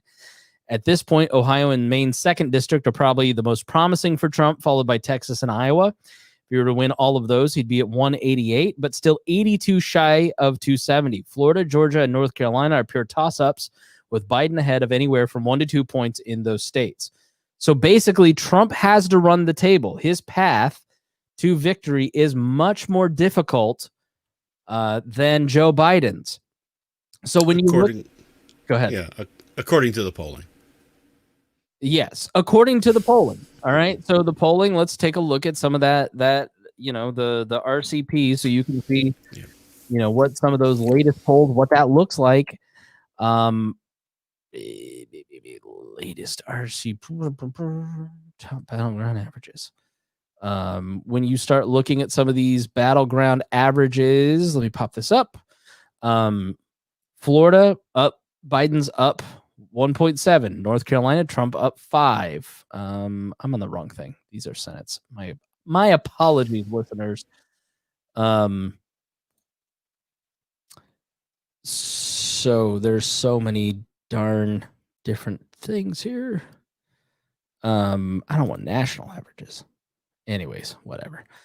So once you look at the latest polls, they're all different, right? So there's Susquehanna, which is always a little more right-leaning, has Trump up 1 in Pennsylvania.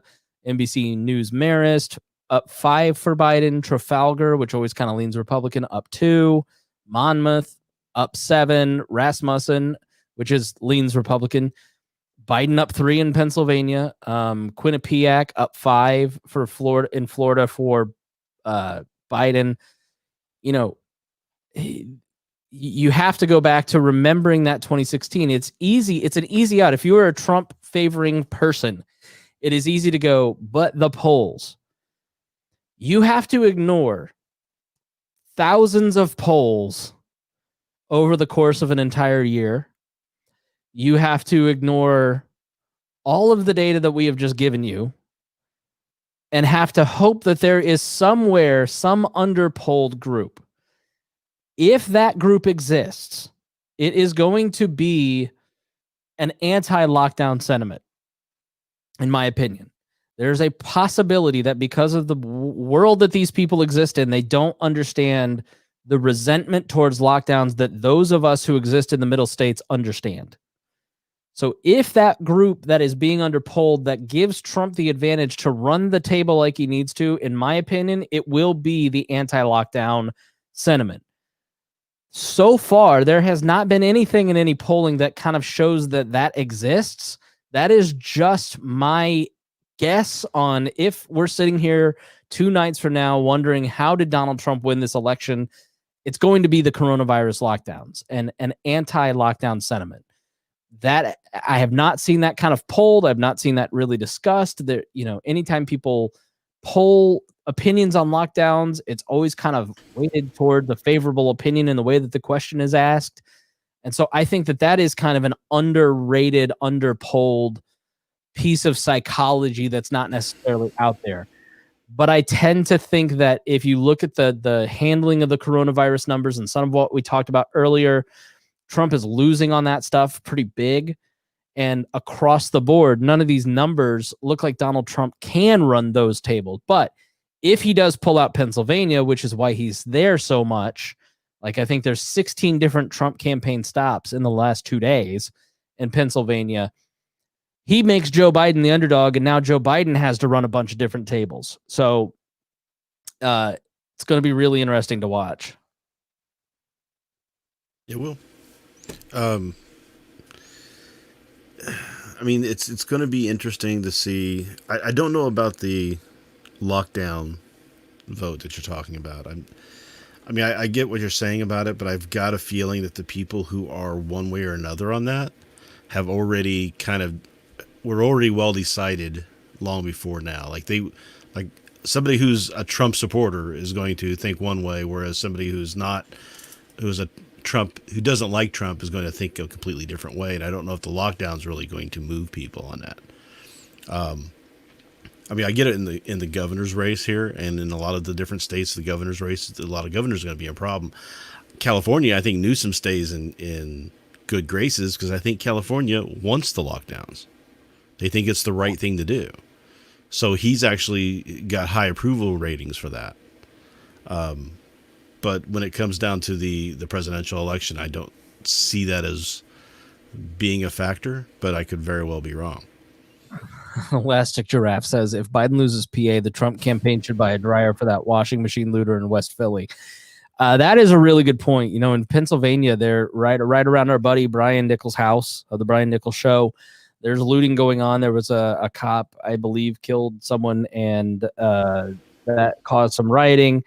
And you've got the oil comments, you've got the rioting and looting taking place in Pennsylvania and around Philadelphia. That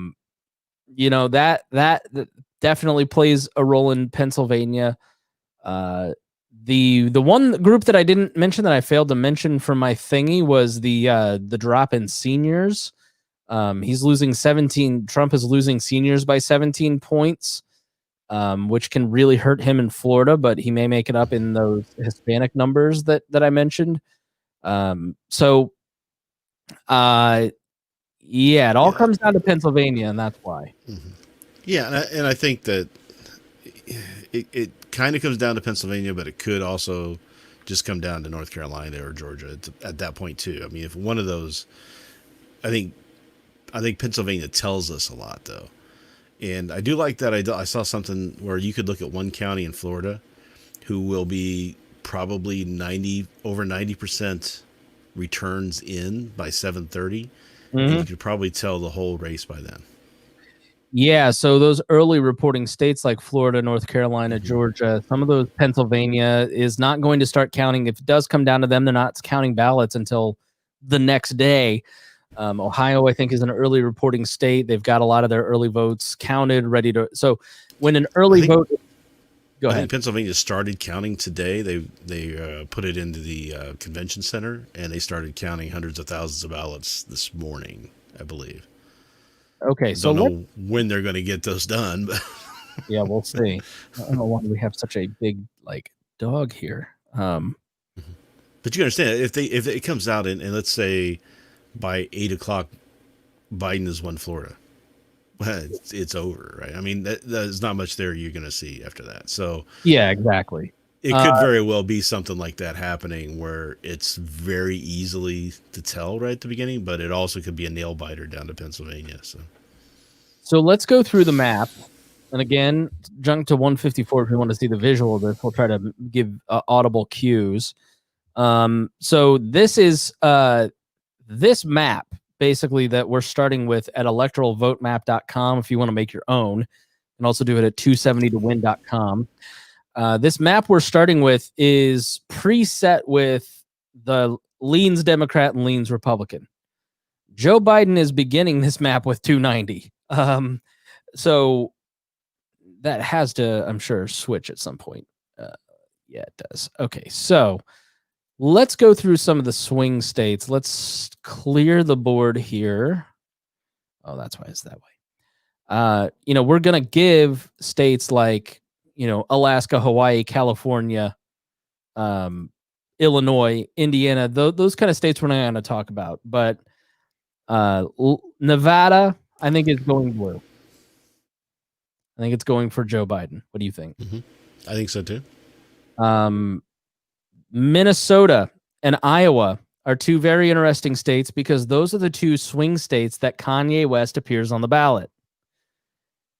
Now, you may just go, what a joke. No, there's no way.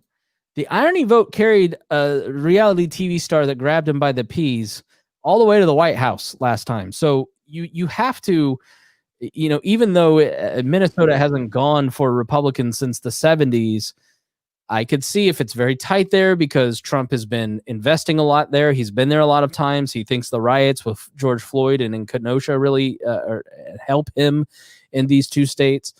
You got the irony vote that picks off enough votes to swing it to Biden. I'm still going to put it as a Biden state in Minnesota, and I'm going to say Iowa is a Republican state. It's going for Donald Trump. Do you agree? I agree with that so far. Okay. Ohio and Texas.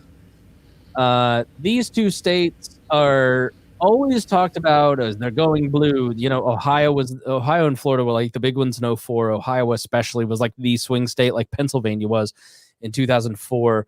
But it's reliably Republican, as is Texas. And yes, there are a lot of those registrations we showed you, but I can't imagine with Donald Trump, like I wrote an article at chrisspangle.com explaining why I think that Donald Trump could win the presidency, that the race would tighten as some of those undecideds would come back to Trump because he would start to hammer home a message of Joe Biden sucks. I don't know that he's necessarily done that, but I think a lot of his surrogates have done a good job of painting Joe Biden as some massive statist. And so I think that's going to tighten it. And even though Real Clear Politics and 538, I think, has it as 49.5 to 49.5 or 47.5 to 47.5 in Ohio, my gut tells me it's going for Trump, as is Texas. Do you agree? Do you need to turn on your mic? I agree, but I think that it may be the last election where Texas is safely red. Yeah, so the number I still think it goes red this time. The number is 16, 9, and 3. For Mitt Romney, Texas 16 points over for Mitt Romney, 9 points over for Donald Trump, 3 points for Ted Cruz, and now 1 point, 2 points for Donald Trump. That might be a nail biter. I think it's going to be under 1%, maybe. It'd be similar to what Pennsylvania was. I think the win for Pennsylvania for him.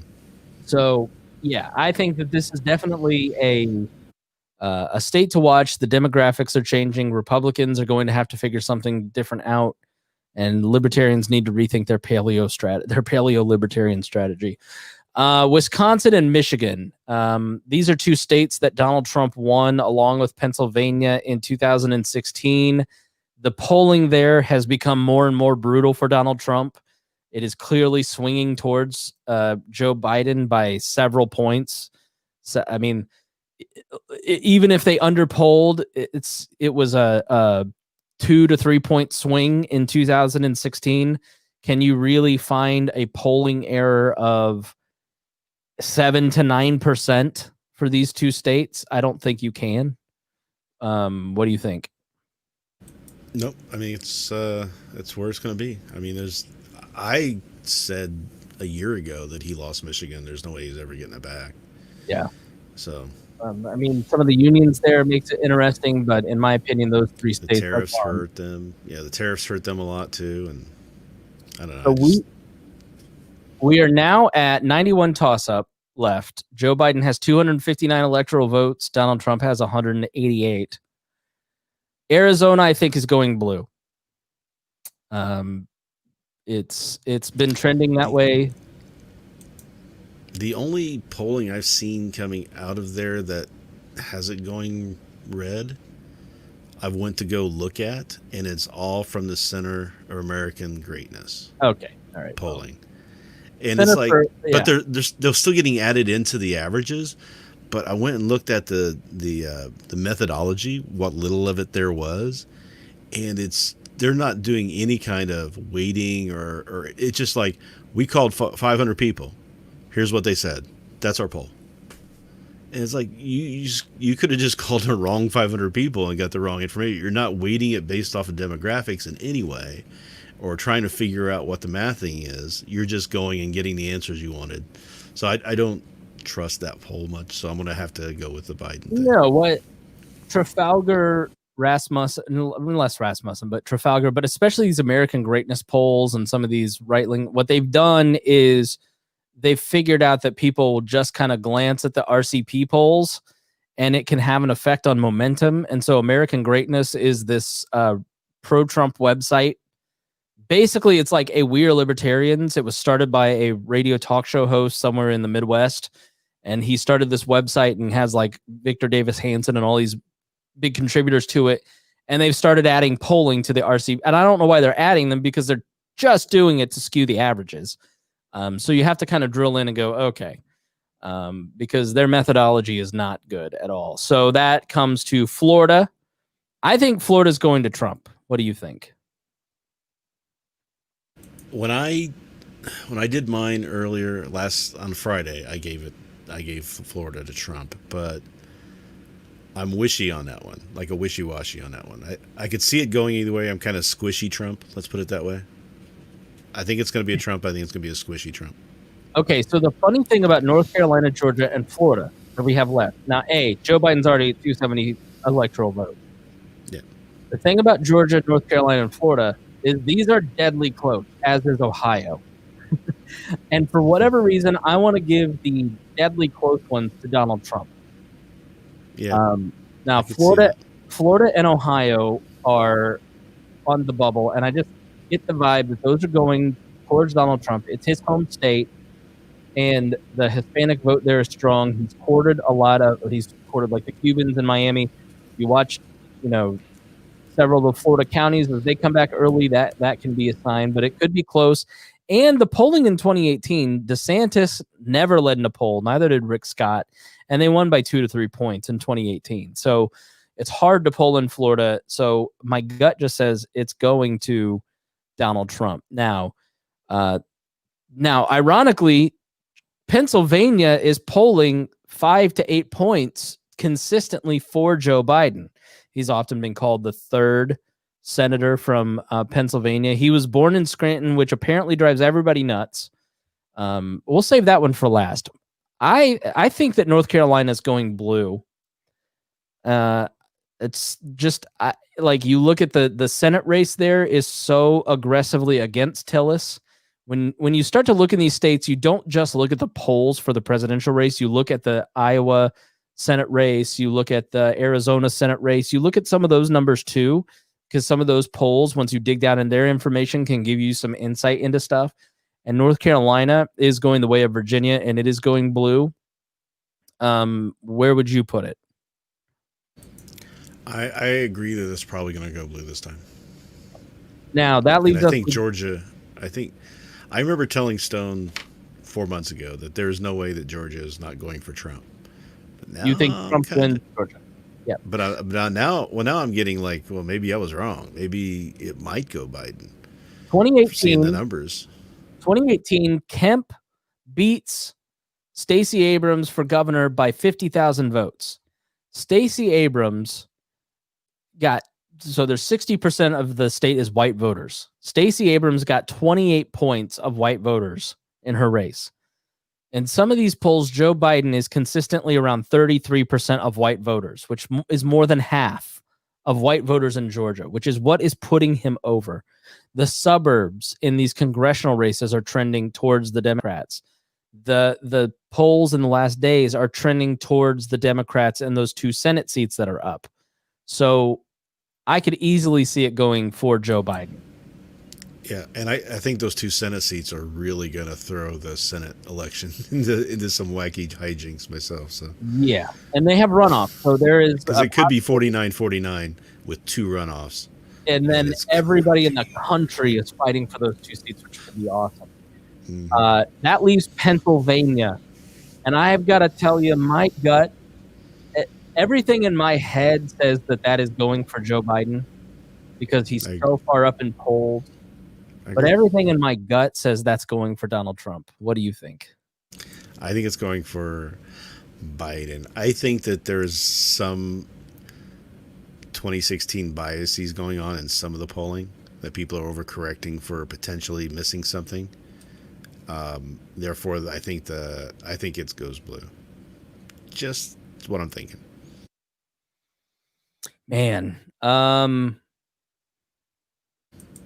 I told you when we were on Lions of Liberty, I predicted over 300 on electoral votes. So yeah, so I'll download our 2 maps. I'm giving Pennsylvania to Trump. There's just something about Pennsylvania that you get 50,000 people out to a freaking event like that. Like, I don't know, those numbers are really, I could see it. I could see it going your way and it being 321. And going that way, and maybe even Ohio, and you end up at 339. But my gut tells me that he's kind of closing, and I don't like gut feelings are not facts. And I saw like one map that was just so laughable, like, and I hate to just like call this guy out.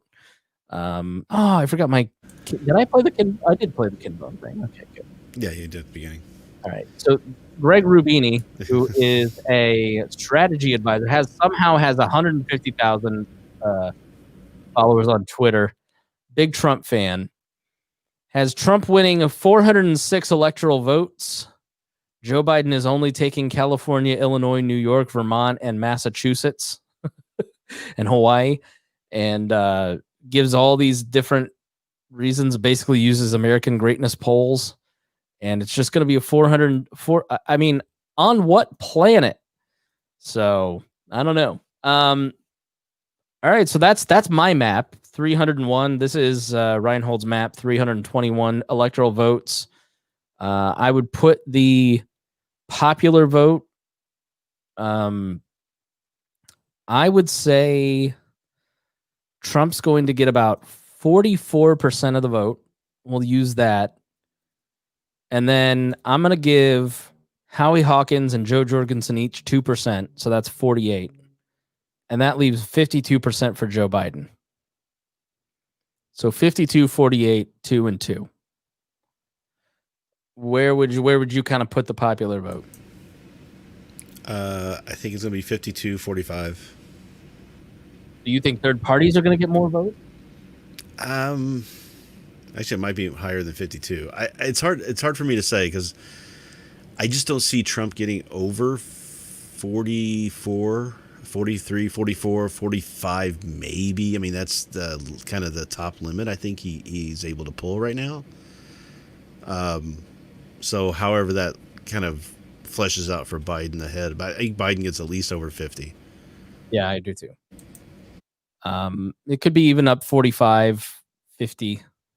So, because I know California is not staying home at all this year. I mean, they're gonna blow out the numbers. yeah. Okay, so third party vote, Joe Jorgensen. Jorgensen was always at a structural disadvantage for several different reasons. First, Gary Johnson, like Justin Amash, the media will always, the day Justin Amash announced he was on Meet the Press, right? So that's never happened. You know, Gary Johnson and Bill Weld get on 60 Minutes, for goodness sake. That didn't happen. Joe Rogan had Gary on once, maybe twice, didn't have Joe on. The amount of media that Gary Johnson got was ridiculous. And the vibe before the 2016 election was much different than this. This feels so much more existential. Like, it feels like there is just we didn't board up businesses in anticipation of the 2016 election. Like, there was a bit more of a mercurial, fun atmosphere to it. And I think people, there was much more of a sentiment of they both suck, so I'm going to vote for Gary Johnson or for Jill Stein. There was much more of a I'm going to throw my vote away feeling, as opposed to this time where every libertarian is fighting over whether Donald Trump and Joe Biden are libertarian or not. They're not. Stop it. So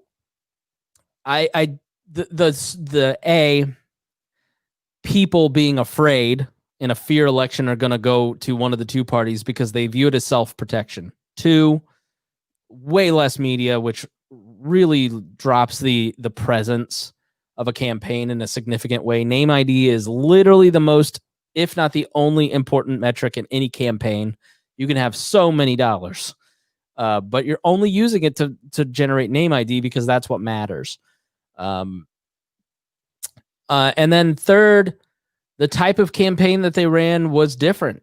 They ran a campaign for the grassroots, and they did what was asked of them, which is why it's discouraging to see the Boomer Caucus that is constantly in a fight with everybody shitting on Joe Jorgensen and Spike Cohen, because they're literally the campaign that they have been asking for forever, right? Like, we want a pure campaign that only talks about libertarian issues and abolishing the ATF and ending the Fed and all these different issues.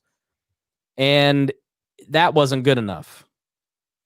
Well, it's because they only want it to be that. They don't want to talk about anything else. No culture stuff. No culture war stuff. Well, they want to end no defensive. Right. Yeah. I mean, that's the big problem with that caucus, is that they don't want to have libertarians associated with that at any side whatsoever. So right there, they kind of just fall down, and it gives that bad perception of what libertarianism is. It's not, leave me alone. It's leave everybody alone. Right. And so you either know who we're talking about. We won't use their name in vain. They're doing, many of them are doing great work. There's just one or two people that we disagree with. But the need to like shit on the Jorgensen campaign is so unhelpful. It's like, we're never going to get, like, pick out the good things about it, right? Like, was it an inspiring Ron Paul campaign? No, but save it for after the election. Like, for once in our lives, can we all be team players and on the same team somewhat? Now, was Joe the most inspiring candidate that could have been chosen? Not really, but really, what was going to be the alternative? I mean, John Mons is probably, if I were a delegate, who I was going to vote for. I really liked him. I really felt he kind of appealed across to the broadest spectrum. Like, if you're picking a candidate for any race, as we've seen with Donald Trump not trying to appeal to people other than his 43%, you're going to lose the race because you need a majority, not just a plurality of voters. And so John Mons, I felt, was going to appeal to the most people because he talked like a pragmatic person, but had very radical ideas. I really liked a lot of what Jacob Hornberger talks about, but I felt he was less inspiring than John Mons. But he and Jorgensen were kind of on the same level, and then Judge Gray. Like, it was always going to be a grassroots campaign, right? Like, it was always going to be who's going to do the most to build the party. And I really think that this bus tour that they went on was tremendous. I can't tell you when I was executive director for those two Johnson campaigns, or no. It was around for two Johnson campaigns effectively. And then the Bob Barr campaign, we couldn't get Barr here.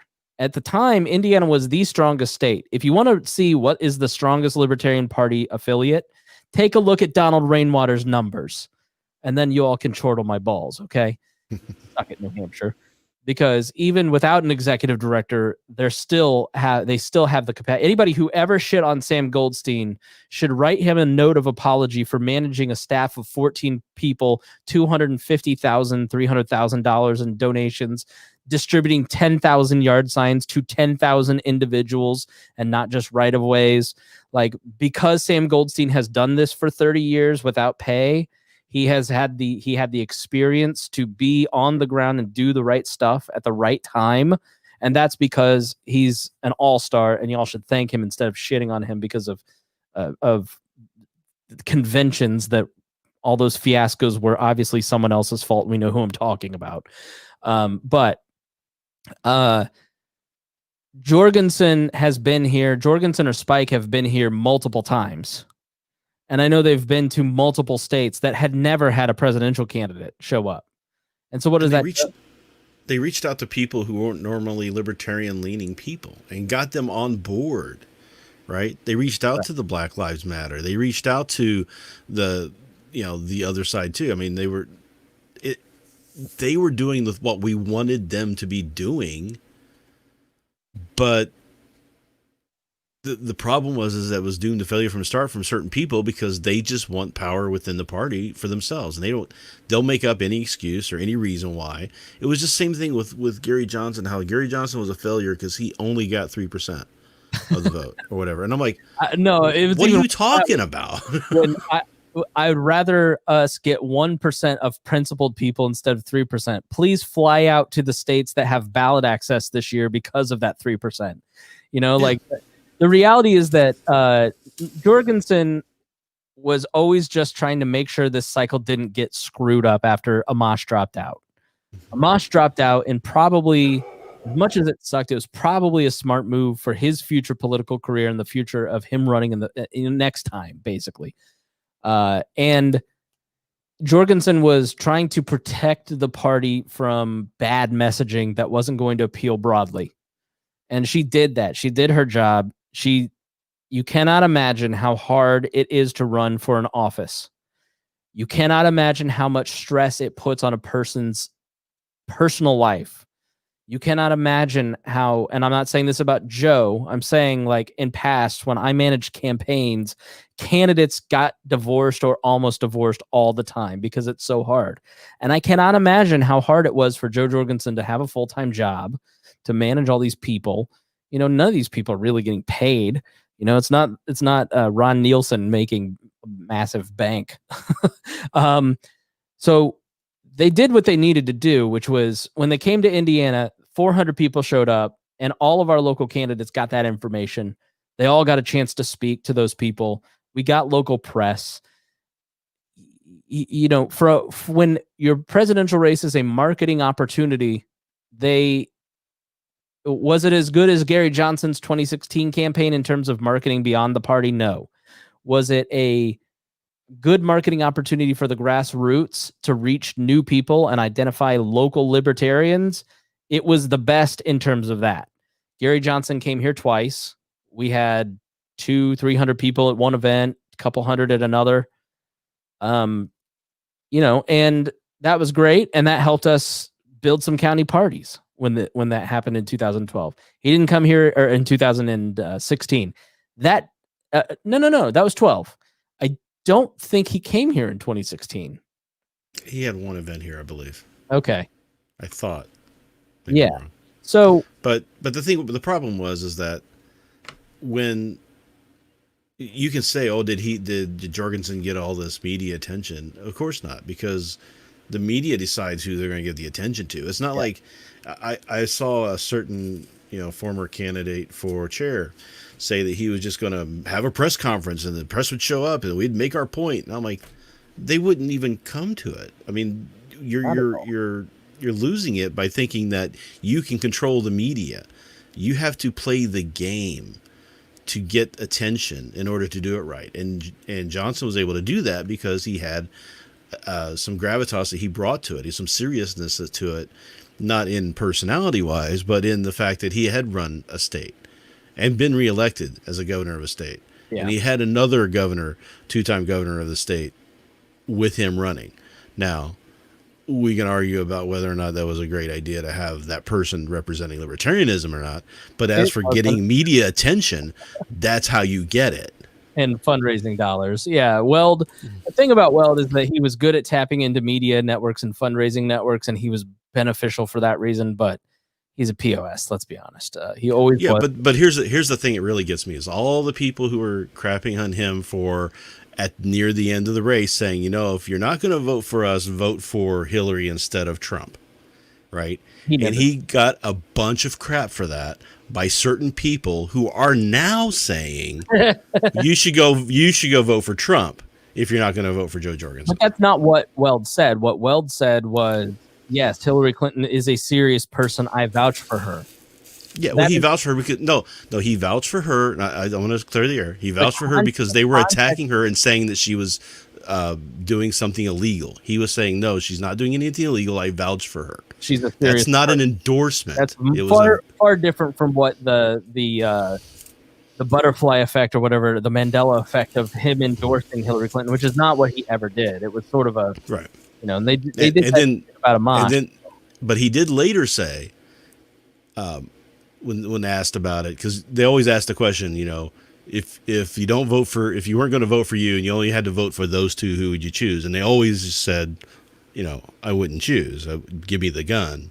If gun held to my head, give me the gun, right? One time, Weld decided to answer the question. And he did say, I think you should vote for us. We're the best choice, Johnson and myself. But if you're not going to vote for us, go vote for Hillary. That was what kind of got him in trouble because they left off that other part.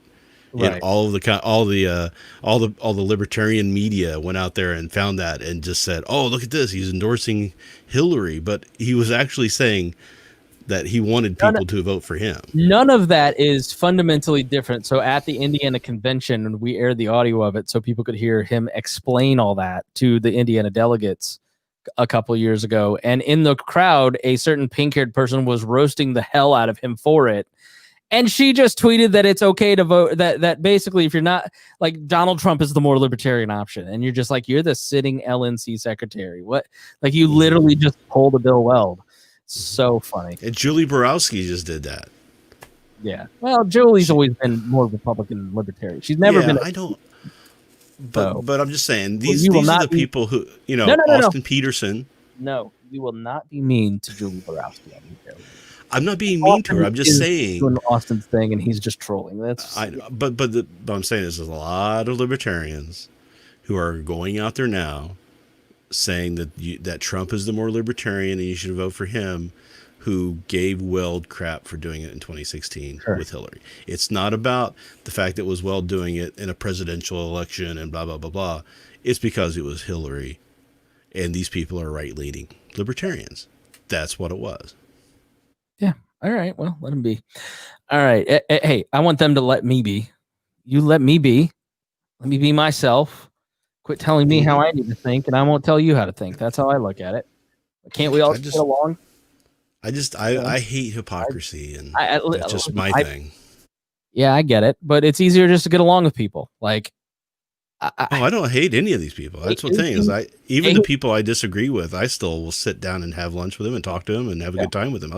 But if I didn't care what they thought, that would be one thing. I wouldn't, probably say anything. But it's that I do care.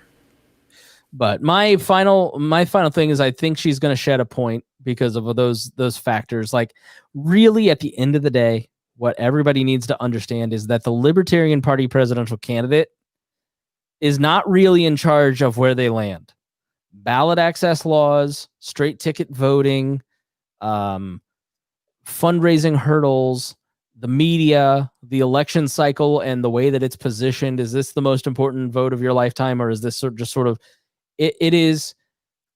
There's where the choice matters is if your friend that has finally asked you about libertarianism looks at your candidate and is uninspired, or is inspired, or is turned off. That's where it matters.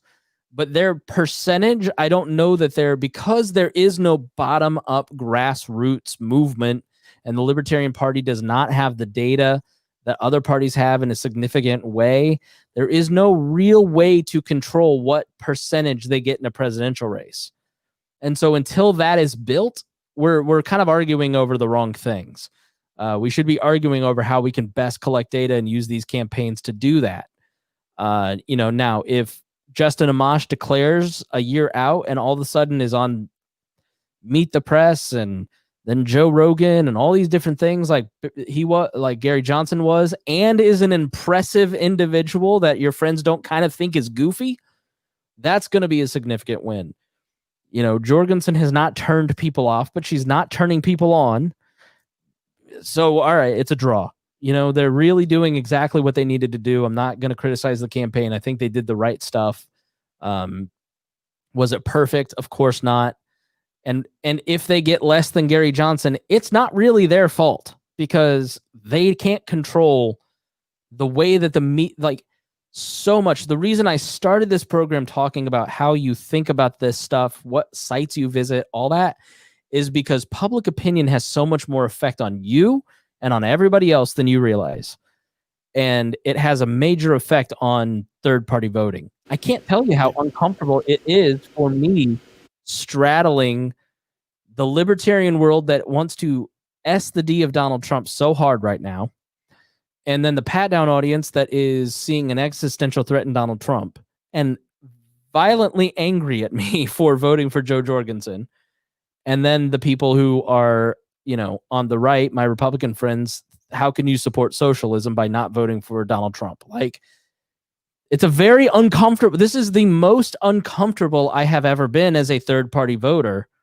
And I don't know if it's by virtue of the much bigger platforms that I have than 4 years ago, which are probably a part of it, because all of a sudden, instead of dozens of people, I have hundreds of people kind of telling me what I need to believe and think. But maybe some of you guys feel that too. So yeah, I think 1% to 2% for Joe Jorgensen, and I'm not going to fault them for it. They did what they could do with the limited resources they had. So, yep. I'm not going to, like I said, I'm not going to do that. Here's the perfect example of what the problem is that in 2016, I had my family coming to me and saying, I've heard this Gary Johnson guy. He's a libertarian. I know you're a libertarian. Tell me a little bit more about him. What's going on? This year, the same people were saying, oh man, I wish there was a libertarian running. Yeah. They just don't get told because the media won't talk about it. And that's all they get their news from. Do you think that Joe Jorgensen's campaign is doing nothing to solve that problem, or are they doing everything they possibly can with the resources they have, and they just don't have enough resources because they're getting not nearly as much funding as Gary Johnson got? Right. There's no way for them to convince the media, who is already having its own issues with just functioning right now, to take time away from what they're trying to make money on and go cover something that nobody's going to care. They don't think anybody's going to care about. Right. What's in it for them to do? Right. There's no financial gain for it. It's not going to be news. It's just wasting ink and time for them. So they're going to focus on the big story, which is Trump taking out all the air because he's the story every day. Right. So that's he plays the press to get that attention. That attention prevents that from going other places. Elastic Giraffe, how big of a mistake was it for Jorgensen not to participate in the free and equal open presidential debate in Cheyenne? I run the third to fifth largest libertarian podcast, and I have no idea what you're talking about. I never heard about it.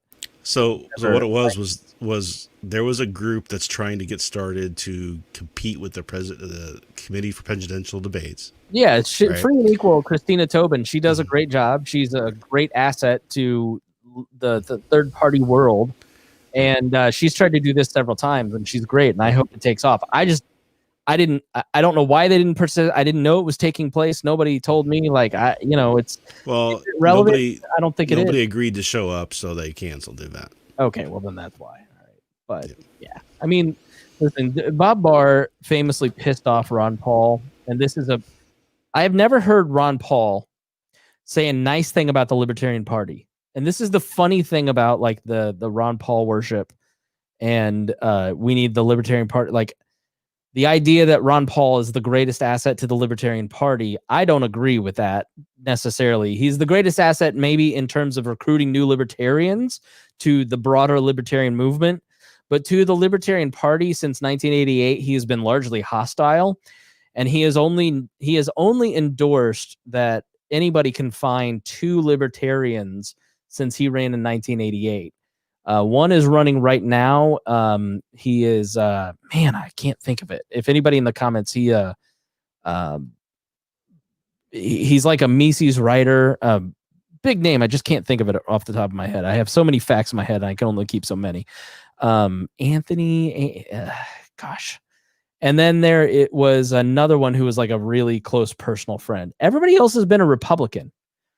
And then the rest of the time, like coming up in the Libertarian Party, when Ron Paul was doing those campaigns, he actively sabotaged behind the scenes the other Libertarian Party candidates because he was bitter about Bob Barr's decision.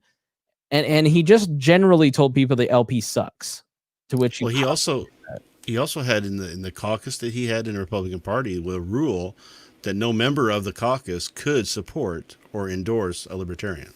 Yeah, so it's always kind of laughable now because this cycle is like the first time he's ever endorsed an LP candidate, and it's a personal friend. But I forget why I got on that tangent. All right, I'm tired. We've enough of this. All right,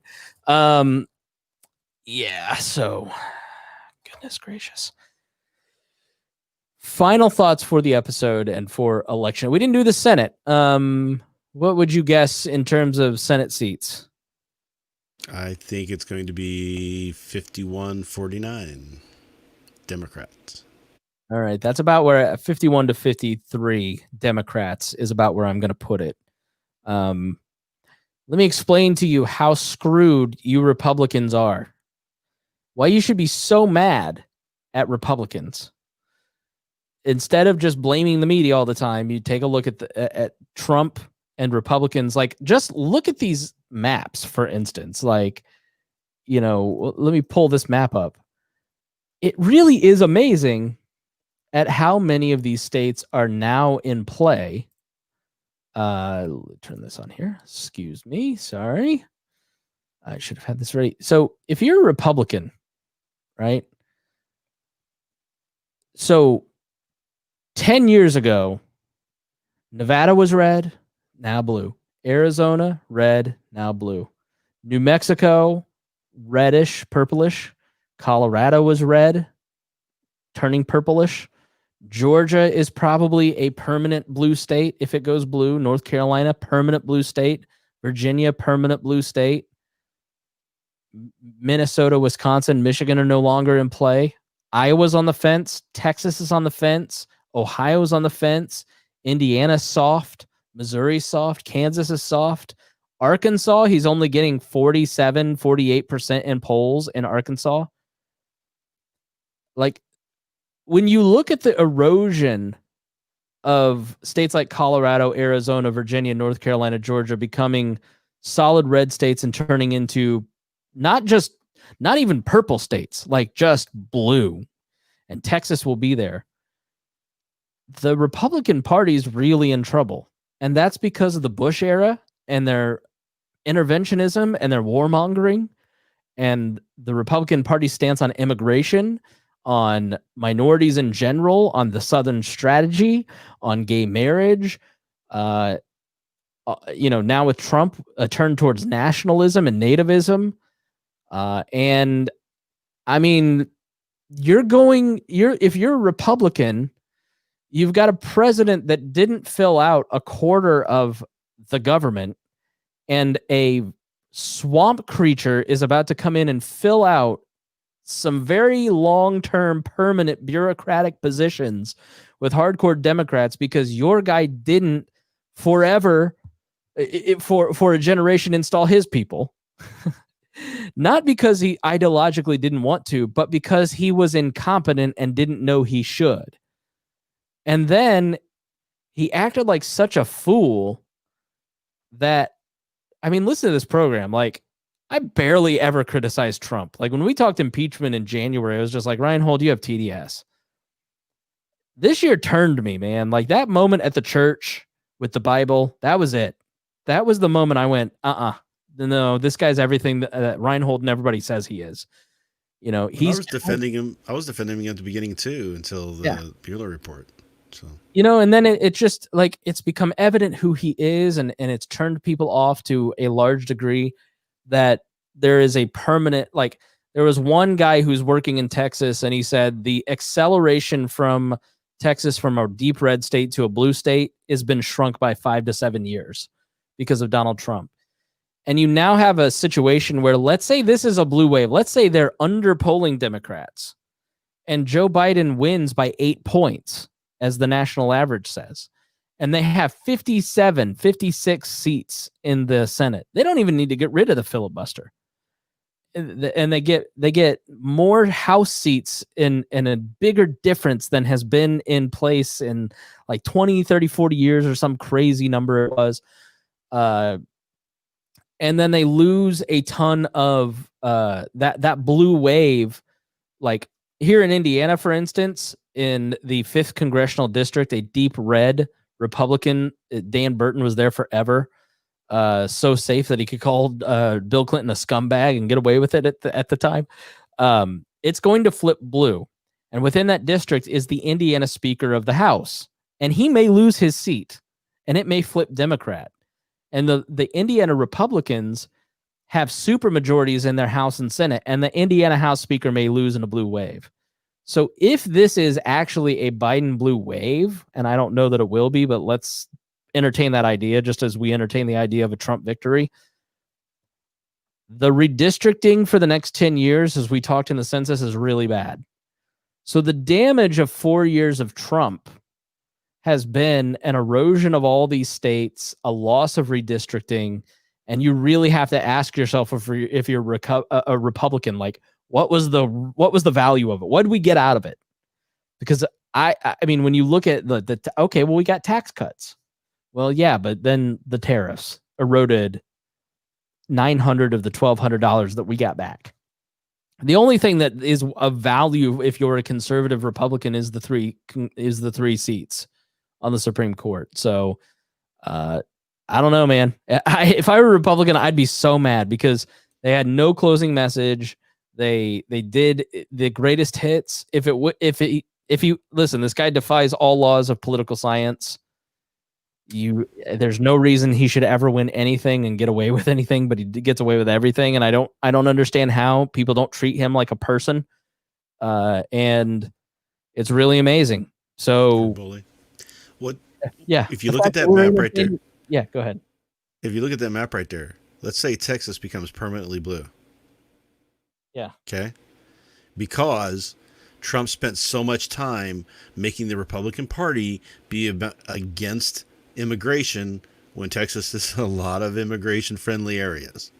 So, so let's say that causes that to turn blue. Where's the path for any Republican to win a presidency again? California, red, is blue. Texas, blue. How many you got there, right? You, if you are looking at the map of swings and you give every one of those swings to, you give him Arizona, New Mexico, Nevada, Texas, Florida, Georgia, North Carolina, Virginia, Pennsylvania, Michigan, Minnesota, along with all the others, it's 400 electoral votes. You swing Florida, it's 378 votes. Let's say you get Ohio back occasionally, It's 360 votes for the Democratic president. Mm-hmm. You have can take away Pennsylvania. You can take away Pennsylvania at 340. Yeah. No, even Texas, give it back. If you give away Georgia, North Carolina, Virginia, Michigan, Wisconsin, Minnesota, Arizona, New Mexico, Colorado, Nevada, it's a permanent 302 electoral college. So all these people, it'll be, I guarantee, play this tape back. Use my words against me. Play the tape. In 10 years, Republicans will be wanting to get rid of the electoral college. We are real because, and this is, I guess, why people go, why are you harder on Republicans? They were the last defense for deficits, for limited government, for constitutionalism. And the last 4 years, they walked away from it. They said, no, thank you. We're going with nationalism. And they let us down. Like, I am a center-right person. I should be excited to be a Republican. And they offer me nothing. And I just don't get how they don't, at a certain point, look at the future of their demographics and go, we need to change. And I really don't get libertarians in the Boomer Caucus who go, we need to copy their messaging. The president who has never polled above 43% in approval and is headed towards a huge loss, we need to be like him. That works. That's a winning message. Like, we need to be closed borders. Like and do the things that have, like, libertarianism comes out of the classically liberal tradition, which is multicultural, which is open, because you need groups to get together and work together in harmony to achieve prosperity. Different cultures need to work together to make a free market work. And so when you start trying to divide with grievance politics or class politics or anything that the left or right offers through nationalism or socialism, you end up perverting the entire libertarian message because it's not open to all. And instead of trying to refine the messages of division that Donald Trump has really chased after, we need to use better language to be more inclusive to people, to figure out how to have these different cultures connect and work together. Siloing ourselves off is only getting us to a place where we are boarding up windows in anticipation for an election losing. That's where nationalism gets you, combined with socialism. I don't want to live in that world, and I don't know why people are offering that as a libertarian alternative, because it's not. It's just more of the two sides that are leading to, oh, I don't know, are we going to have a civil war or not? Like, no thanks from me. I'll have none. But right. All right. Well, that ends our special. But go ahead. One day I'll go into a long explanation of how we got to that point in the Libertarian Party, with some history and some interviews. But for now, I'll just say that it was planned at one point, and a train started rolling, and we can't stop it. Yep. That's unfortunate. All right. Thank you for joining us. We hope to talk to you in a few days and see what shakes out. We'll probably wait till Saturday just so we can kind of, get an answer. Yeah, just have an answer and but if we have a definitive result, we'll check in with you. But stay tuned to chrisspangle.com. I'll be writing there in the meantime, and Rhinehold's blog, which is coming soon. That's the name of the blog. The blog's been there for 30 years, but I'm going to be back writing on it again. Content at rhinehold.org. All right. Thanks so much for joining. Where you can go and see all my anti-Democrat screeds for the last 10 years that everybody thinks I'm a Trump derangement syndrome person for. Okay. All right, guys. Stay safe. I hope that you feel a little bit better. Hope you feel more informed. We appreciate it. If you love the show, please spread the word. Time is running out to get people on board because they're not going to care about politics after tomorrow. So please, hey, listen to this podcast today. They'll inform you. If you've listened this far into it, then you love us. So, all right, thanks so much, and we'll see you again on Saturday.